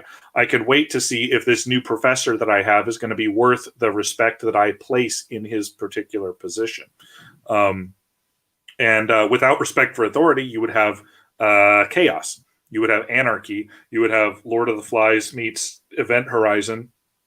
And that's, I guess, what they want. I don't know. Heavy value on ownership of goods, space, and property. I would say guilty as charged. Because we want what's best for our own nuclear family, and people acting in rational self-interest. There's another libertarianism that comes up. Is, I think, a beneficial thing. Yeah, and this is tempered by Christianity. By Christian charity, absolutely, and by Anglo-Saxon law, and Greco-Roman law, and all these other things. Yeah, so that nexus of wanting the most and best that we can have for our people, with complete deference to respectable authority and Christian morality and the needs of our community. It's a perfect four-square formula for success going forward. Adam Smith wrote it. Yeah, you can't deny material, temporal well-being simultaneously. You cannot be consumed by it. Correct. Cherie, you've been awfully quiet there, and the people really want to hear a female voice. Well, I've just been thinking about the respect authority part, because this is very fresh in the news. I guess in New York, a up-and-coming rapper or jogger, whatever the term is these days, shot a cop. And now all the cops are out, in I don't know, solidarity, protests, whatever it is. But I'm like, you had previous chances, to come out for the community, like when, the riots were going on, when they started implementing the, vaccine passports, things like that. But no, it takes one of your own getting shot by an individual that you could have, nipped in the bud last summer, saying, hey, we're not going to put up with this. But now you want to come out. And that would connect to like the power sort of aspect, or the respect of authority. Full circle to me. But well, what we see is, I think, the civic order breaking down. Here, just a couple of slides. I want to keep going. We're going to see that where specifically they talk about justice as it relates, I guess, to power. And so you have to make sure that people are going to understand how the power dynamic works, and most people do. See, that's the thing. Listen, people, in a culture that's worthy of the word, you don't have to describe or explain the norms. Everyone just sort of knows because they've grown up with a certain set of norms, a certain set of expectations, and this removes a lot of uncertainty, which allows people to be productive. It removes uncertainty, which allows people to not be fearful. It removes uncertainty, and so it allows people to prosper within that known social quantity. And when anytime you disturb that with diversity, with authoritarian government, with anything, you disturb and disrupt the ability of people to do all of those things that are good. This is why diversity is not a strength. Diversity is always and everywhere a negative. Anyway, sorry for that rant. Future orientation. White people, according to the Smithsonian, are future oriented. Those rapacious bastards. Yeah. We plan for the future, and so should anyone in your community. Your community should be future oriented. That's what our whole first stream ended on. You need a 1-year plan, a 5-year plan, a 10-year plan, a 50-year plan, a 100-year plan, and a 1,000-year plan. You're not going to be here for all of that, but you need to plan for it. And so do the people in your community. You all have to be on the same page. Where do we want to be? Do we want to have floating cities in the clouds and George Jetson mobiles flying around? Yes, we do. And so how do we do that? We plan for the future. We delay gratification, which the Smithsonian Institute says is a bad thing, and only white people do it. The Smithsonian says that progress is always best. That's a belief that white people hold, that non-white people do not hold, according to the Smithsonian. And the belief that tomorrow will be better. I mean, they just flushed the whole musical Orphan Annie right down the drain, didn't they? And for that, they will pay. But all of this stuff is what you need to build a society. Galileo thought that the society would be better for his inventions. Da Vinci thought that people would be better for seeing his paintings. Newton thought by writing down these great ideas that he had about calculus, he could create a better future, because other people would be able to understand the things that he could understand about the future. The Smithsonian has just here maligned and made seem like stupid savages everyone who isn't white.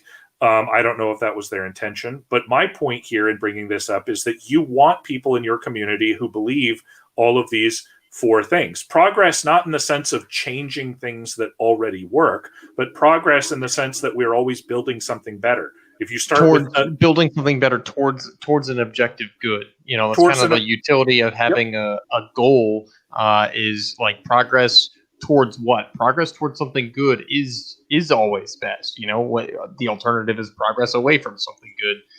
So yes, you should progress, but the prerequisite is that you have pegged a goal that is objectively good, and it's hard to do that if you don't even believe in objective good or evil. So have an objective good and evil. Have a heaven to appeal to that is the embodiment of the greatest good, and then you progress and you strive towards that. And you hit the nail on the head. Sorry to interrupt, but the book Pilgrim's Progress, right, by John Bunyan, I think, one of the great literary works of the English language. It's called Pilgrim's Progress. It's literally a metaphor for the lifelong march towards heaven, right? And it's that kind of progress that we're talking about, not towards building a utopia where everyone works perfect, where, what does Klaus Schwab say? Everyone has nothing and they'll be happy. But a progress where our meaning in life can be fulfilled. And as Christians, we believe that our meaning in life is to do God's will, and to please Him and to go to our eternal rest. And so progress towards that. And so if I have a little house on the prairie and I can turn that into 40 acres of wheat fields, I can I can grow my family. I can make my daughters and sons prosperous. I can then send them out into the world as good Christian American people. That kind of progress is the progress we're talking about, not the progress that's been corrupted and co-opted by people who call themselves progressives, who are in fact retrograde communist agitating lunatics. Ugh. I love the future. By the way, this painting here, I love it. I am hesitant to tell you where it's from, but it is an absolutely. It just. I close my eyes and I see this. Yes, I'm a very weird person, but like, it's beautiful. It's absolutely beautiful to me. I went with my dear beloved wife, Miss Cherie, here to Disneyland once, and we went to Tomorrowland, and I just look at it and I go, "This is. I want my. I want this. I want to live here." You know. Now there aren't happy white couples walking around anymore in spacesuits because that would be passé and probably racist. So we don't allow this, but we do allow people to still look at pictures like the above. By the way, I will tell you that's a mural from the Soviet Union that was in the Soviet equivalent of Cape Canaveral. They painted some socialist realism with a science fiction, science future sort of theme. And this is one of those murals, and it's absolutely beautiful. I think. Thoughts on future orientation? I think it's plays actually very well. We're kind of blurring lines at this point, honestly, into the next one. You know, future orientation and time. Time. So you can look at it like time preferences. That's how I tend to look at it. I am a.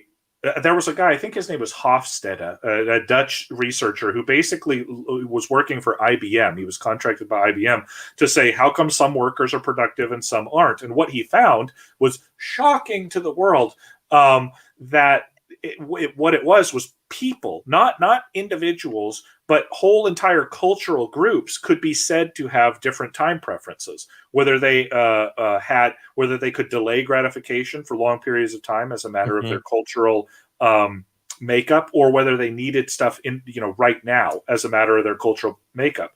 And they could predict how successful they would be in certain jobs, at how long they would last at certain locations in the company, in IBM, based solely on the survey results talking about their ability to delay gratification, their time preferences.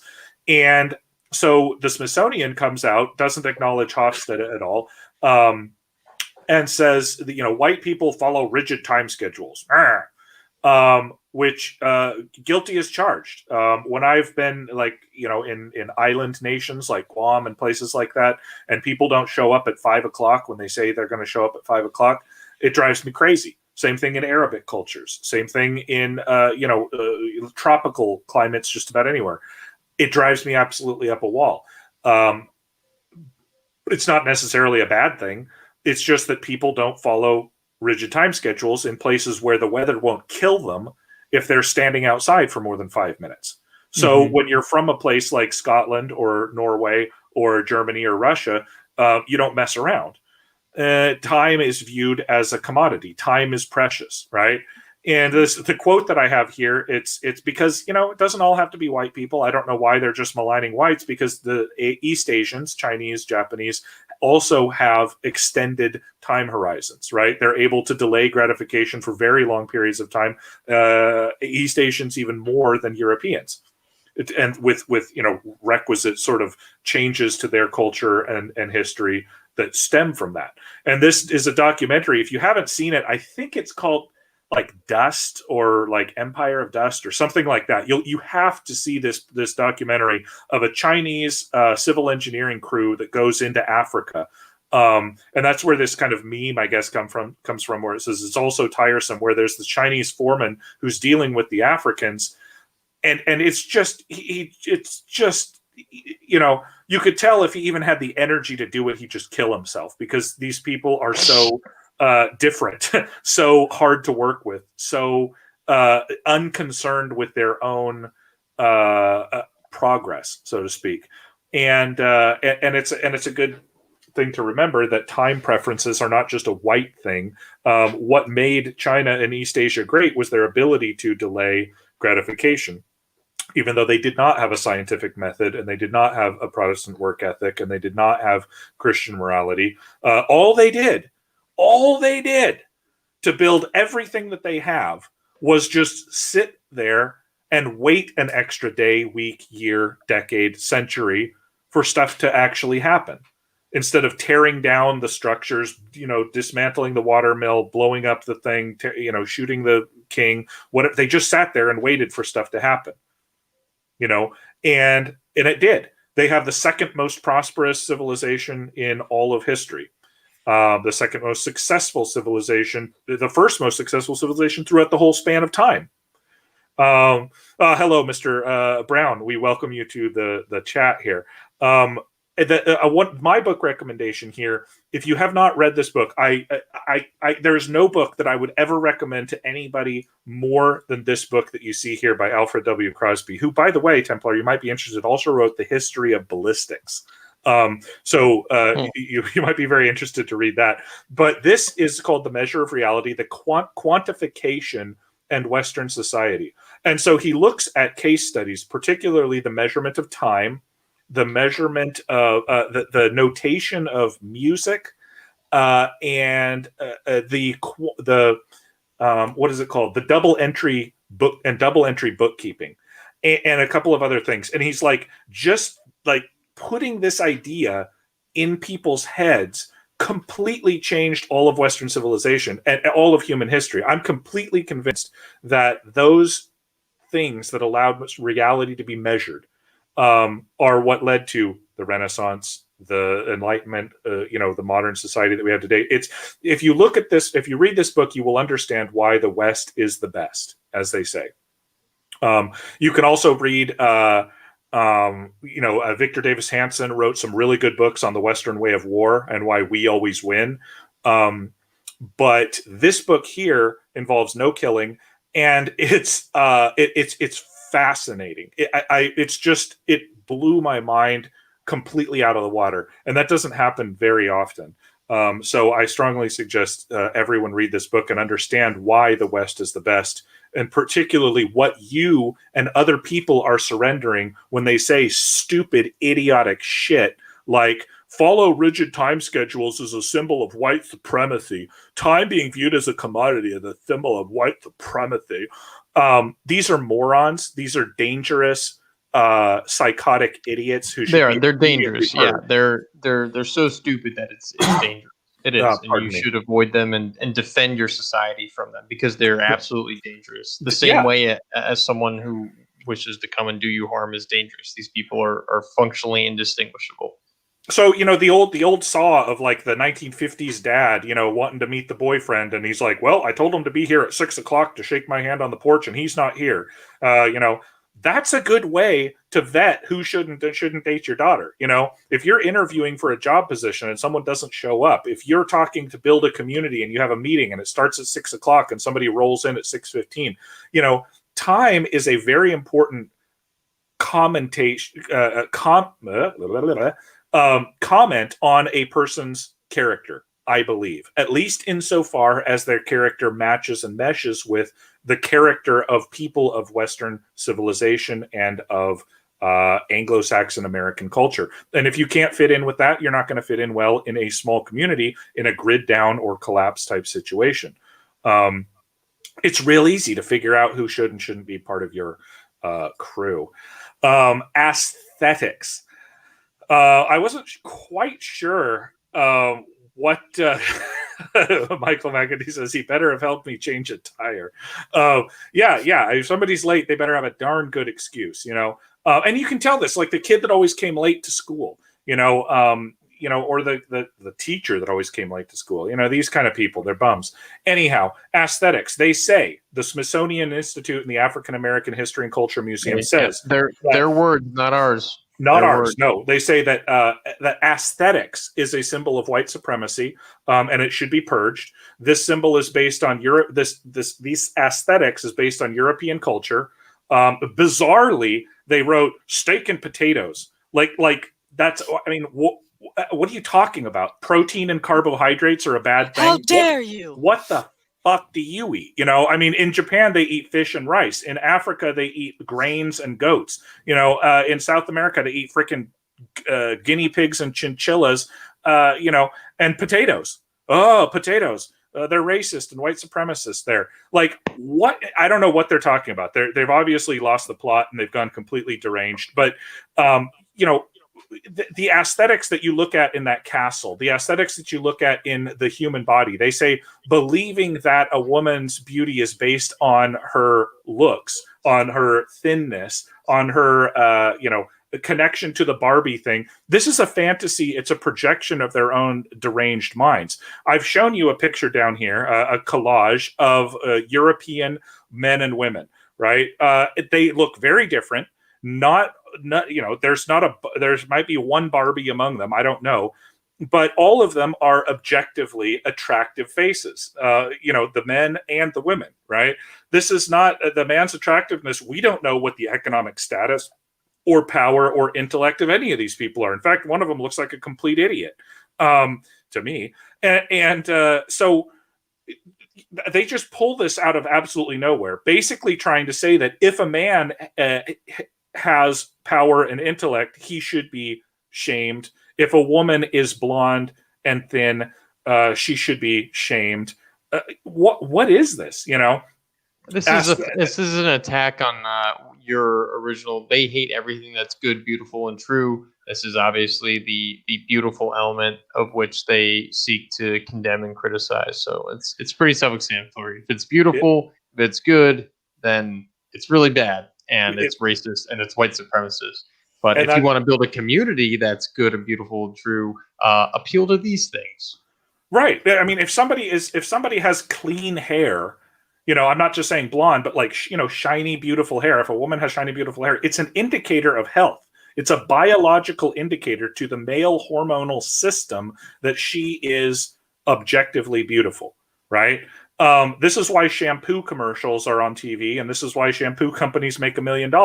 If she's thin, it means that she's not sick, that she's not sickly, that she's not overweight, right? It's the same thing with a man. If a man has intellect, if a man has economic status, women are going to be attracted to him. It's a complete inversion of the good, the beautiful, and the true, which means that they support what's the opposite? Ugliness, lies, and badness, evil, right? Yeah. And so who wants to throw their lot in with that? Nobody. Michael McEntee says total inversion. That's exactly what it is. I was explaining to a person, somebody the other day, like, inversion is the hallmark of our enemy. And so if somebody says, Barbie is bad, then Barbie must be good. If somebody says steak and potatoes is bad, we'll pass the steak and potatoes. I've never wanted to eat steak and potatoes more than right now. I'm sorry, I'm going on a rant. I'm getting upset. I get that way. Cherie, since we're talking about beauty, and you're one of the all-time stunners, would you mind commenting on aesthetics? I don't know about that anymore, but I mean, laughing. it's just, it's human nature. You're going to be drawn to things with people like, symmetrical face, like you said, the shiny hair. It's basically in terms to seek a mate and to procreate. Right. And procreate successfully and healthily. Mm-hmm. Which is what you want in your community. You want a group of healthy people. You don't want sickly and ugly, insofar as ugly being an indicator of poor health. Right. Yeah. So because that's going to be a liability in your community going forward. Now, because of Christian morality, which they maligned in an earlier slide, you will be able to take care of the people who are not, fully functional. But when you're building your community, build it the best that you possibly can. Don't build it ugly and stupid, or else you'll look like Antifa. All right, we're moving on from this because I'm getting upset. I love this picture. Holidays. Oh, yes. Oh, Mr. Brown says, and I agree with him. He says the male gaze has been outlawed, though. So wear sunglasses. Wear sunglasses. Yeah. Reflective glasses. And you can say in your mind, like, hey, baby. And just don't say it out loud. Holidays. I don't know why they threw this in here. Like, if you celebrate American holidays, you're somehow bad. But holidays, okay, I don't know how to explain it. Allow me an indulgence. I have had Christmas for a long time. my whole life. There's Easter, and becoming a member of the Catholic Church, I understand a lot more about the religious significance of the holidays that are celebrated traditionally in the West in a way that I didn't before.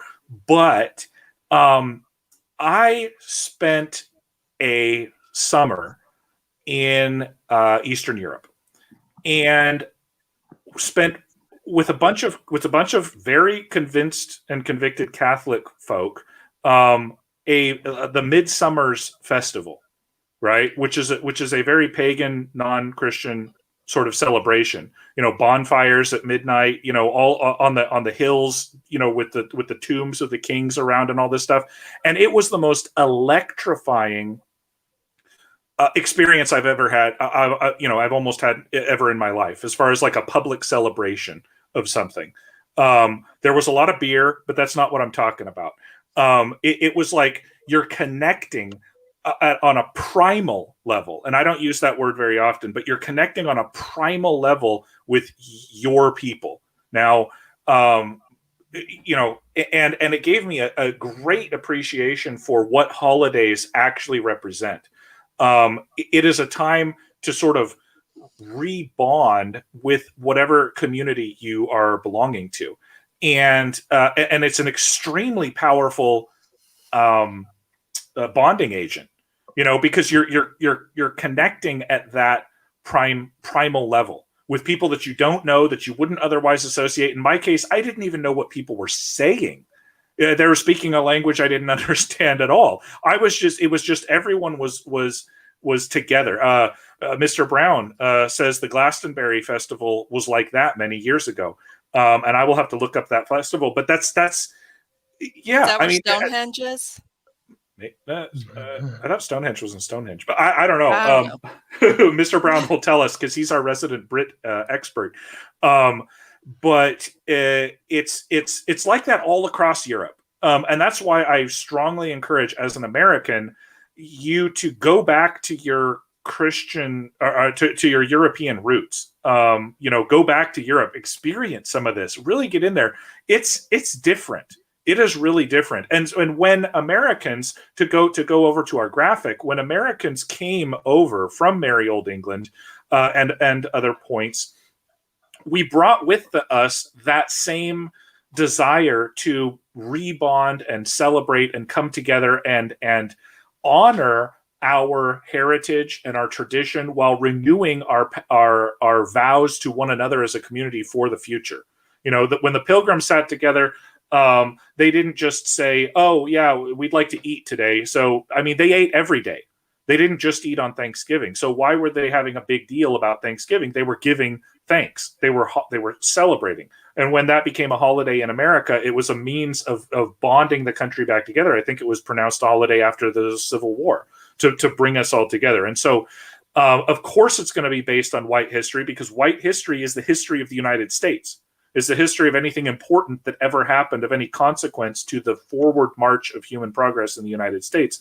I'm not sorry to say. And male leaders are the ones who drove that, right? I get so frustrated and pissed off as a historian when people say, "Oh, they just talk about the males." Okay, there is not a single historian on planet Earth who said, "Oh my God, Queen Elizabeth, I don't like to talk about her because she's a girl. I'm just going to skip over her and go right to the next king." Every historian gives the important due to every important female figure in history. Nobody gets shortchanged. Okay, it's just that women had different roles in history, and those roles didn't usually involve fighting on the battlefield, leading armies, devising strategy, organizing civilizations. Okay, they had much more important roles of making sure those civilizations had continuity. So, yes, we're going to base our history and our holidays on male leaders. Yes, we're going to base it on white history, because that's the history of the United States, because the United States is a white nation that has people who aren't white in it as well, of larger and smaller parts of that particular history. Mr. Brown adds Somerset it is near Stonehenge. Yes. So there we go. And I could imagine, I don't know. Do it sometime when this COVID crap is over. Do yourself a huge favor and go back to one of the places that your family or whatever calls home. Now, my family's not from Eastern Europe. I just happen to find myself there. So I can't even imagine if I like went to Sweden or Scotland or someplace like that. But I really plan to do. So any thoughts on holidays, folks? I have dominated this particular slide. I would just say on this one, there's a reason why they want to destroy your holidays. They want to turn Christmas and remove Christ from Christmas, turn into a completely commercial endeavor. They want to replace 4th of July with Juneteenth.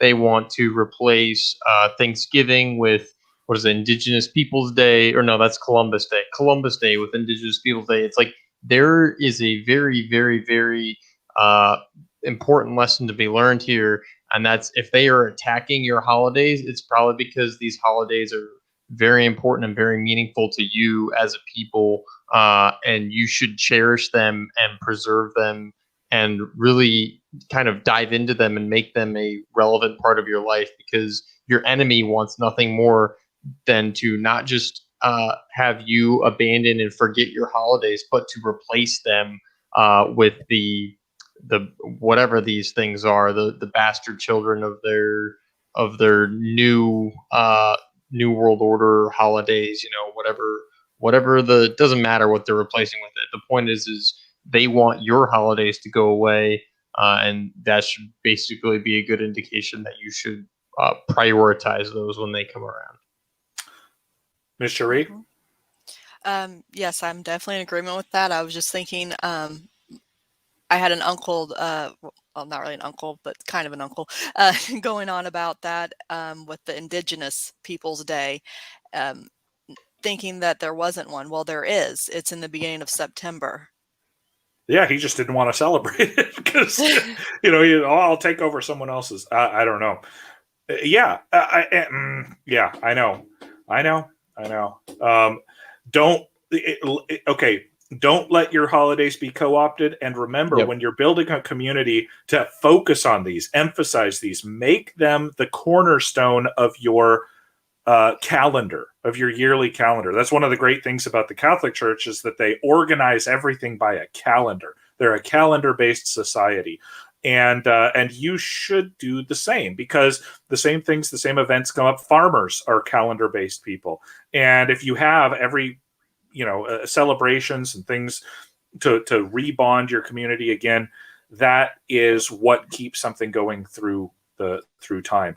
We're coming up towards the end here, and I know I'm going long, but we're also getting people that are just jumping in, so I think we don't want to shortchange anyone.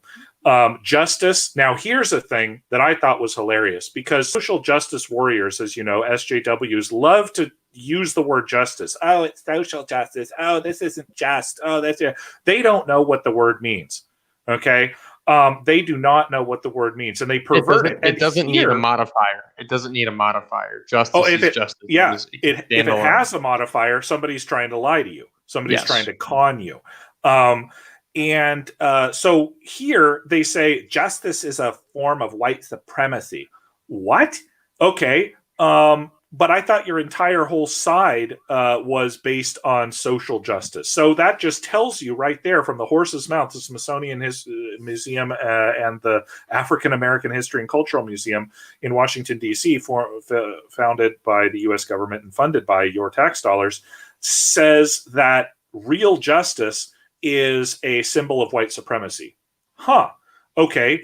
Why? Because it's based on English common law. Well, this is the most basic bitch, elementary, dumb breakdown of the American justice system I've ever heard in my life, because there is so much more that goes into our justice system, like Greek philosophy, like the Roman laws, the codified Roman laws, Justinian's Code and all of these other things, as well as the Christian laws that were set down either by the prophets, the Hebrew prophets, or that were established throughout church history as Christian morality. That is justice in the United States, and it is balanced perfectly, in conception, between the rights of the individual and the needs of the larger group, right?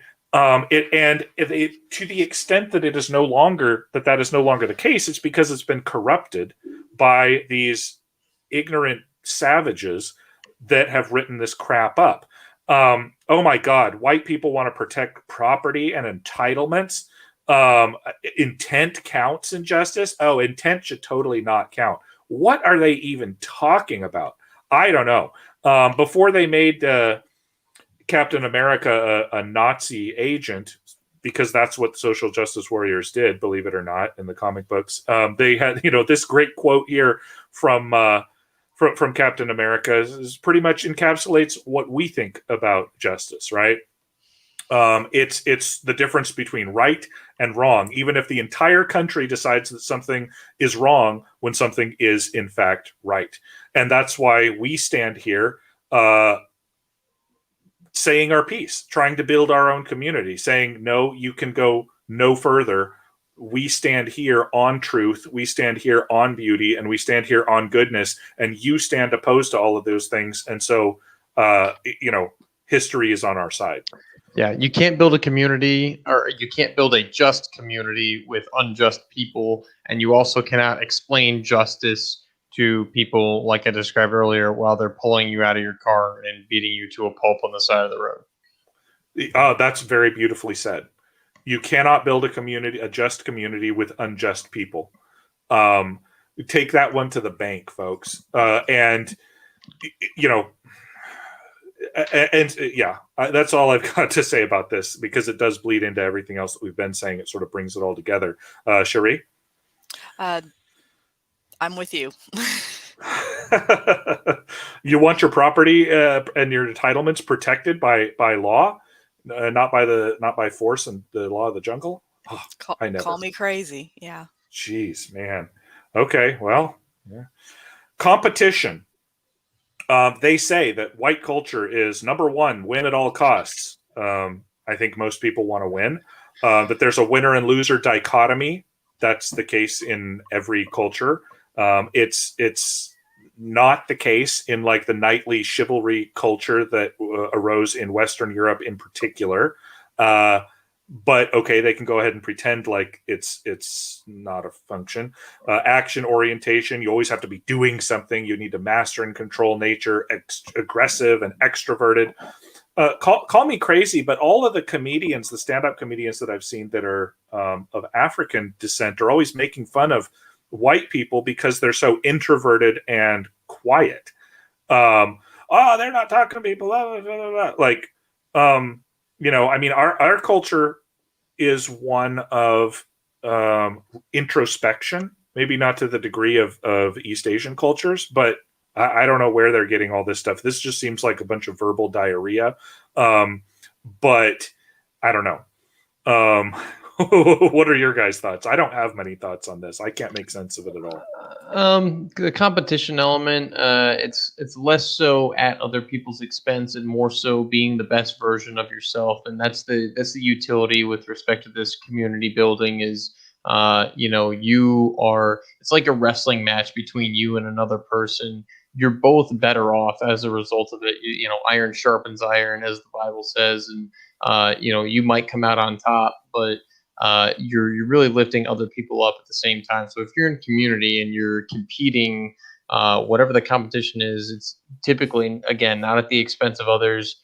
And it's really about you being the best version of yourself, which if everybody is attempting to be or competing to be the best versions of themselves and strive for the greatest accomplishment that they can, if everyone in society is doing that, then you're going to have a successful and productive society. So yeah, look for competitive people to participate in your community because they're typically better. Yeah, they've sharpened themselves. I was thinking while you were talking about the Greeks, at the very beginning, they were the ones who came up with the Olympics, which someone tells me is going on now, but I'm not paying attention because I don't care about that stuff anymore. But be number one. Right? Who's the fastest? Who can throw the javelin the furthest? Who's the best swimmer? We want to know these things. Everybody wants to know these things, and everyone's happy when people win. Nobody goes and like throws rotten tomatoes at the bronze medal winner from Bulgaria. People say, "Oh, wow, good for him. That's great." Hey, a bobsled team from Jamaica. That's cool. Good luck, you guys. Try to be number one. And and so there you go. The only people who hate competition are the losers. Yes. Losers hate competition. Yes. Yeah, because it exposes their loserness for the entire world to see. They can't lie about it any longer. And not losers, because I'll say, so for example, if you and I got in a wrestling match, I think you would probably win. But you've got you train more than I do. You've got more experience with it. But I wouldn't be a sore loser. I'd be like, whoa, I learned something, or whoa, I'm not as good as I thought I was. But it's people who have a cramped sort of personality. The sore losers who, right? Yeah, they get a complex. Yeah. Yeah, man, it's terrible, and that's how. And James. Maybe so. Yeah, I mean, there are some sore losers even in professional sports at the higher levels. Majority rules down here at the bottom. That one really threw me for a loop because it's so bizarre. Western civilization is the only civilization that I know of that has ever either enshrined or actively protected minority rights as a course of government. So I don't know what sort of dope these people are smoking, but it's really crazy. I would say don't do that one. Do not have a society where majority rules. You don't need the opinions of everyone. You just need to do what is right. And even America, our democracy and all that trash. It's not a majority rule society. Well, they were just saying aristocrats and representatives. Yeah, I'm sorry for interrupting. Earlier they were saying that we're slaves to authority and all of this kind of thing. Yet, if that's the case, how is majority rules a thing? I don't know. These people. This is the best. This is like the actual document they came up with to say these are the bad things about white people. I would ignore that one since it's not a tenet of ours, and we don't recognize it as a useful metric tool for community building. Yeah, sure. And so I want to. I'm not. It's not a recap, but just for people who have jumped in. So what we are talking about is we're using a document that was produced several years ago by the Smithsonian to malign white people. Where is it in my slideshow here? And they came up with all this stuff that they said white people are bad because they do all this stuff. They follow the scientific method. They show up on time. They celebrate holidays. Oh my God. They have a family, things like that. And we look at that and we're like, hey, that's a pretty useful metric to build a good functional society on. Let's do that. And so that is what we're going through. That's what we're looking at here. Final slide. Thank you for bearing with us as our audience has actually been growing as we have been talking. Communication is something that white people do that's bad, according to the Smithsonian. But we think that in building a community, that communication is very good. They say that the King's English rules are what white people use. Well, again, that's a function of having a unified society. And also, by the way, it's not true. There are accents and colloquialisms and regional dialects spread throughout the United States and spread even further in the small country of England, right? Of Great Britain. You could travel 50 miles and hear people talking completely different than you did somewhere else. And so King's English rules doesn't make any sense, but we do require a basic sort of communication framework so that we can all understand what one another is saying. Written tradition, yeah, you like to write stuff down so you can't just go back and say, I didn't say that. You can actually go back and reference something, but you have to be literate for that. Apparently, white people avoid conflict and they avoid intimacy.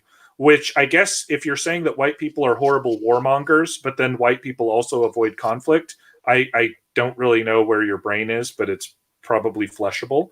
Avoiding intimacy, I don't know. With the declining birth rates, they might have a point there, but I think they also mean just intimacy in forms of communication, which isn't true at all.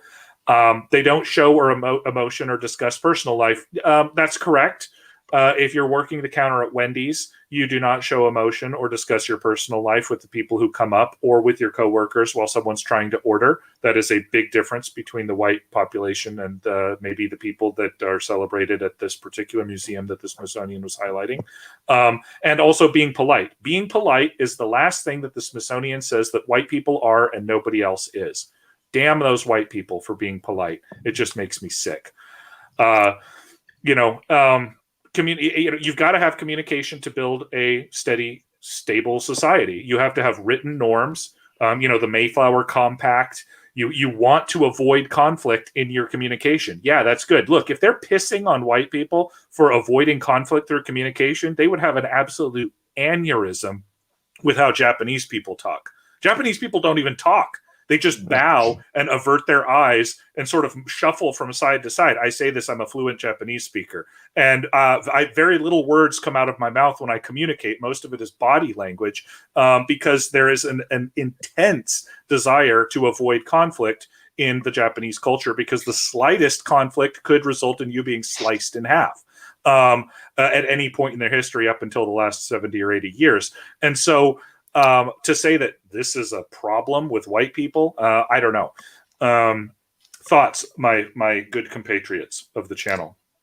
I guess we're supposed to be loud, belligerent, and say the same thing 46 times in a row. Yes. Is that what we're supposed to do? That would make you a sainted individual. That would make that I would give you your own museum if you acted like that.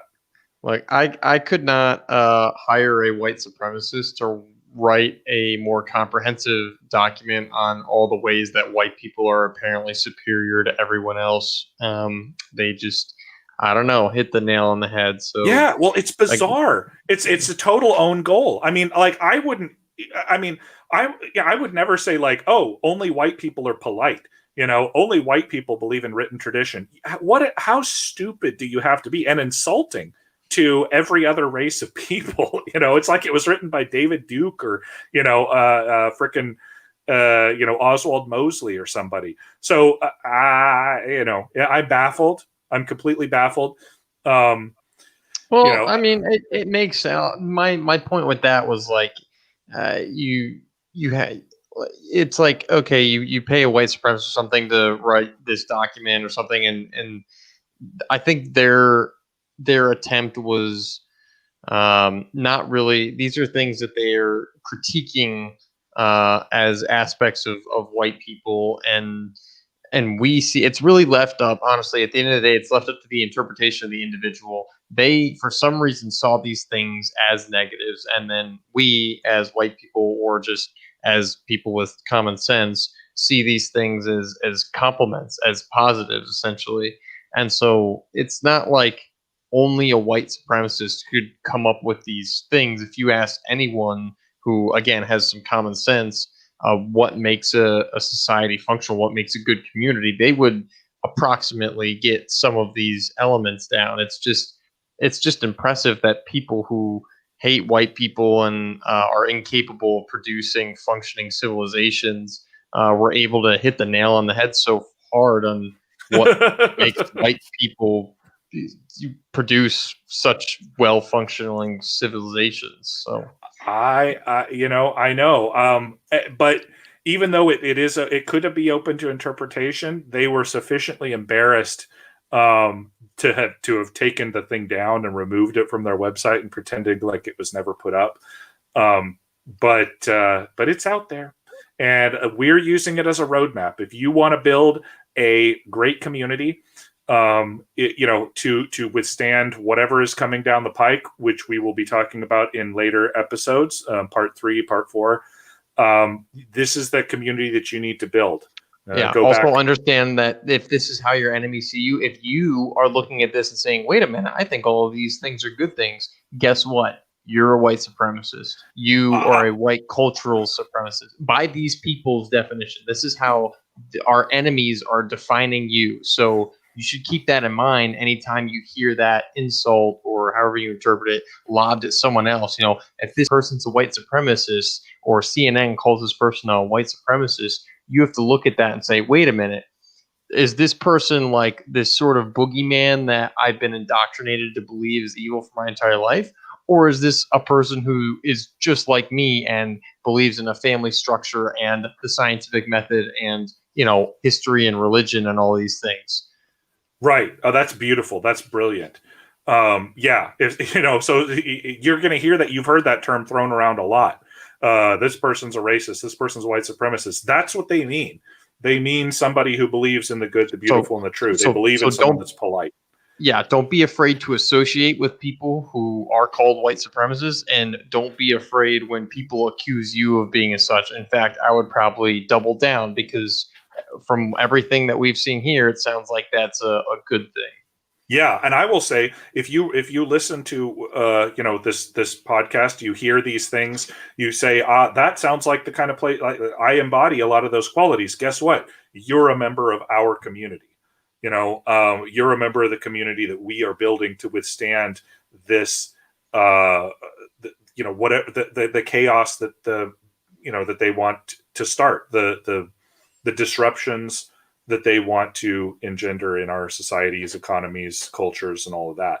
Mr. Brown says, it saddens me that everything is a war or a conflict these days. It really does.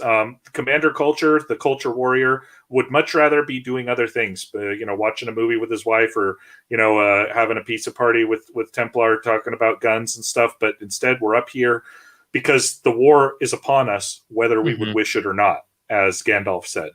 Or Gandalf or Aragorn? No, that was Aragorn. Aragorn to King Theoden. Yeah. Yes, Theoden King. And so here we are. We've exposed you to extremist content brought to you by the African American History and Culture Museum, which, if you have not visited, it is in Washington, D.C., directly on the Washington Mall. It doesn't look pretty, but there it is. And make sure to bring this brochure with them. And at the same time, go back over that brochure and say, hey, do I embody all of these things? Because if you don't, you're not doing it right. If you embody every single one of those, except maybe the majority rules things, you will be an asset to any community that survives whatever is coming. That is all that I have for today, but I know that my co-hosts here may have a closing word. Templar? No, I think that was pretty much it. When you're talking about a community, it's a collective group of individuals, and that's pretty self-explanatory. But it matters who you associate with, and you cannot ignore the kind of community that you're in. You cannot pretend that you're just going to live independent from everyone and everything forever. At some point, you're going to have to associate with some group of people, either out of necessity and self-preservation, or just through voluntary free trade and making yourself better off. Maybe somebody else has something that you want and you don't want to kill them for it, so you're going to have to engage with them. And I think all of us would rather prefer to engage with people who embody all of these traits that we have already discussed. And so, we can't really be picky these days on who we bring on board with our respective groups, but these are definitely things, if there are strengths in your community, continue to foster them. But if there are weaknesses, if people are lacking in one of these areas, it's useful to try to identify these gaps and promote them as well. So we have the formula for a successful civilization. We just need to embody those, proliferate them throughout your community, and then hopefully you can produce these miracles of civilization, like flushing toilets, running water, roads, electricity, and and place where you mRNA don't vaccines. just places where you don't have to kill each other to get what you want is really what it is. It's such a unique concept that is very rare in human history. It's an aberration in human history, actually. And you should protect that subsequently. If you do have that miracle, you should protect it with your life, because it is extremely valuable and it's being taken from us on a daily basis. Piece by piece. Thank you. Ms. Cherie? I'm going to say that with this being a new year, to anybody that can, if it's possible, do not miss any more holidays with your family. It may be the last one you get with them. Yep. Holidays are important. They are, as is family. We here at the Commander Culture channel, thank you very much for listening over our normal 2-hour stream. This one went a lot longer than we expected. Do go ahead and share out the channel if you got any value out of it. Make sure to like, subscribe, give comments and feedback. Go out and get Marcus Aurelius's Meditations. Give it a read. Read Alfred Crosby's Measure of Reality. You will thank us for it, for reading both of those. Go back and find that Smithsonian What Makes Whiteness Bad article and just read through it on your own, and you will get great value and great laughter out of it. We thank you very much for listening to us. We appreciate it as always. Commander Culture, Templar, and Cherie will be back next Saturday, and we hope to continue to bring you guys more content, especially shorter snippets, because not everyone can tune in for this. But people who have tuned in, we thank you very much. This is Commander Culture signing off for Templar and Miss Cherie Chrétien. Until next time, remember that tomorrow belongs to you, to the stars.